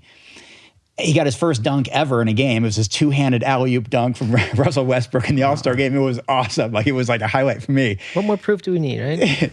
No, but really, he is a prominent NBA basketball player. And the fact that JaVale McGee, met him briefly also, won a championship last year, when he was a major player on the Lakers and has been plant-based for years now. And DeAndre Jordan, and there was a time in one of the early editions of this book where 1/3 of the entire Brooklyn Nets team was plant-based. Now some of those guys got traded. Wilson Chandler's no longer there. Garrett Temple's no longer there. Kyrie, I hope is still 100%. Although I'm not quite sure he's 100% vegan now. The Redskins had a thing going on for a while too. They did, 2017, and the Titans did, and around the same time, 2017 as well, with Derek Morgan, and of course Arian Foster and early in Tony Gonzalez, one of the early guys. Arian Foster he's retired, but also he's not. He kind of moved away from it. Yeah. But he did it exclusively for a while. He was in touch with Forks Over Knives on a regular basis, and he was the #1 running back that season in numerous categories, including rushing attempts and touchdowns, something like that. But I think, Chris Paul is a great example of these twilight years of he's playing his best basketball ever later in his career. Serena Williams is another one who's just dominant. What about Zdeno Chara in the place for the Bruins? He's crushing it. I don't actually know him. Yeah, you got to get on this guy. I think I heard about him from the Game Changers. I followed him on Instagram, but just he's killing it. There's so many athletes out there now doing it. Yeah, Messi during the season. Leo Messi is apparently I haven't been able to confirm this, but that's what appears to do. And he's kind of on the down slope of his career. Still playing great, but Lewis Hamilton, Alex Morgan. Novak Djokovic. There's a lot. There's a lot of great athletes. We mentioned a bunch of them. And even some who maybe are not doing it now, like Mike Tyson. But I talked with him in person. He was doing it for years and And he got so many benefits from it. He lost a whole bunch of weight and felt all this stuff. And then I think he kind of crept back into, now I'm making my comeback. And I'm, fighting for millions of dollars, basically for charity now. And he went back to some of that desire for animal protein or something. But he was in vegan campaigns for years, and he credits a lot of that to his health resurgence from a plant-based diet. And many elite athletes have. And we're hoping, we're certainly not there. We're not at some sort of tipping point or critical mass, and we wish we had more names to add in this book. But I think if you go back 15 years and had to guess where the culture would be, where it is right now, I think we've exceeded any expectation that any of us had in terms of no question about it. Adoption. No question about it. I want to round this out with one last thread, which is another thing you talk about in the book, and I think it's really important, and something that I know a lot of people who are playing around with this lifestyle contend with, which is dealing with an unreceptive social circle. We talked about it in the context of your kids, but a lot of people, I think we underestimate the impact of just navigating, people in our lives in terms of the impact that has on the lifestyle choices that we make. Like, just look, it's healthy, just do it. But then when you're at the dinner party or you got to go do this thing, it's just easier to go along to get along. And it's harder to say, no, I'm doing this for myself and I'm carving this out and this is who I am. So you mean standing up for yourself, not trying to push it on your relatives? Right. Like, how do you kind of remain true to your own values, and also, manage the naysayers in your life, or the people that are kind of trying to talk you out of doing this thing that you want to explore for yourself? I mean, I think it depends so much on the person, of course. For me, like, if I was going to a dinner party, I would, the last thing on my mind would be the idea that maybe I could convert someone here into this. Yeah, no, I'm not talking about that. I'm just talking about feeling comfortable in your own skin. But I'm only making the point that, like, that's where I started, was saying, I'm not going to be doing that. Because some people do say, as soon as they go vegan, that they want to tell everyone and show their family or whatever that they also should do this. Like, just life tip, that doesn't work out. Right. It doesn't. No, it doesn't. But people still think it stop will. Doing that. Right. Yeah. So I started there, like everything else, openness. Like, don't show up at the party and say, hey, by the way, I'm trying to eat this plant-based diet. I'm not going to eat what you're making. But, communicating in advance, obviously, eating ahead of time, which I think is kind of common sense. But I just never expected anyone to cater to me. Like, I was never going to show up and say, hey, this is what I'm doing now. Like, I expect that there was going to be this stuff there for me. You need to rearrange everything that you're doing to meet my... Right. Yeah. And so that, combined with a healthy amount of, like, being willing to laugh at it, because, like, my uncle would, at one point, pretty early in me being vegetarian, not yet vegan, I don't think, like at a big 4th of July thing, he, like, the whole family was, probably 30 people there, and he brought out some lettuce on a plate. Everyone else was eating crabs, and he said, hey, Matt, here's your dinner. Yeah, of course. And I guess a different person might get upset and make a big scene or something, but I just laughed. Like, I don't know what else to do. I'm not going to win that situation, I don't think. And I personally think, and I know people disagree with me on this, but, like, I think by laughing there, you really kind of break the pattern of someone expecting you to get offended and expecting that their joke's going to really have a big impact on you. And if instead you can also kind of laugh or, like, make some other joke that just goes to another level. I would just double down, like, just be like go way overboard in terms of how happy you are that he went out of his way to give you the piece of lettuce. Yeah, right. And I think that disarms people, and just I think that makes them say, hey, wait a minute, maybe not all of them are these militant people who are out to change. And then of course, like, if you're also happening to drop 30 pounds or happening to start training for a half marathon, whether or not that's actually what your diet has caused you to do, but if it's just like that's your method of saying, hey, I'm going to demonstrate that this is a good way to eat, or that this is working for me, I'm going to do this, even if it's, like I said, if it's unrelated to the effect your diet is having on you. I think, again, it just comes back to that being an example thing, that I think that's the most powerful thing you can do to make people see it as legitimate for you, and then also probably in the back of their minds start considering, should they also do it. Mm-hmm. And for me, I never forget why I got into this in the first place. That always compels me. So I'm not going to make sacrifices or fall into some sort of trap where I'm tempted to consume this or that because that's the only thing available, and I've been flying, from here to Australia for 17 hours and I'm hungry or whatever the case is. I just always remember why I came to a plant-based diet or vegan lifestyle. And that really compels me in all the actions that I do. So like Matt, I also kind of laugh things off, or I'm not combative with people because I realize that's what they're trying to get out of me, including places like some of the awful places of the world are the internet. Twitter is a pretty awful place. Mm-hmm. YouTube comments might be maybe the worst place on the internet. I'm not sure, but so I've heard. I mean, I just woke up to, here I am, I'm enthusiastic. I'm here to do the Ritual podcast. I'm hanging out with Matt. Our book is coming out, and I realize that I'm in some sort of Twitter thread that someone volunteered me to be part of. As like, Robert's an example of how you can be big and strong, and they're kind of fighting an argument, but using me as their ammo. And so now all the comments are like negative about me. Yeah. But I can't let that bother me, and I don't engage them. I just ignore all of that stuff. And that's what I do. I learned a long time ago from Dale Carnegie, the best way to win an argument is to avoid one.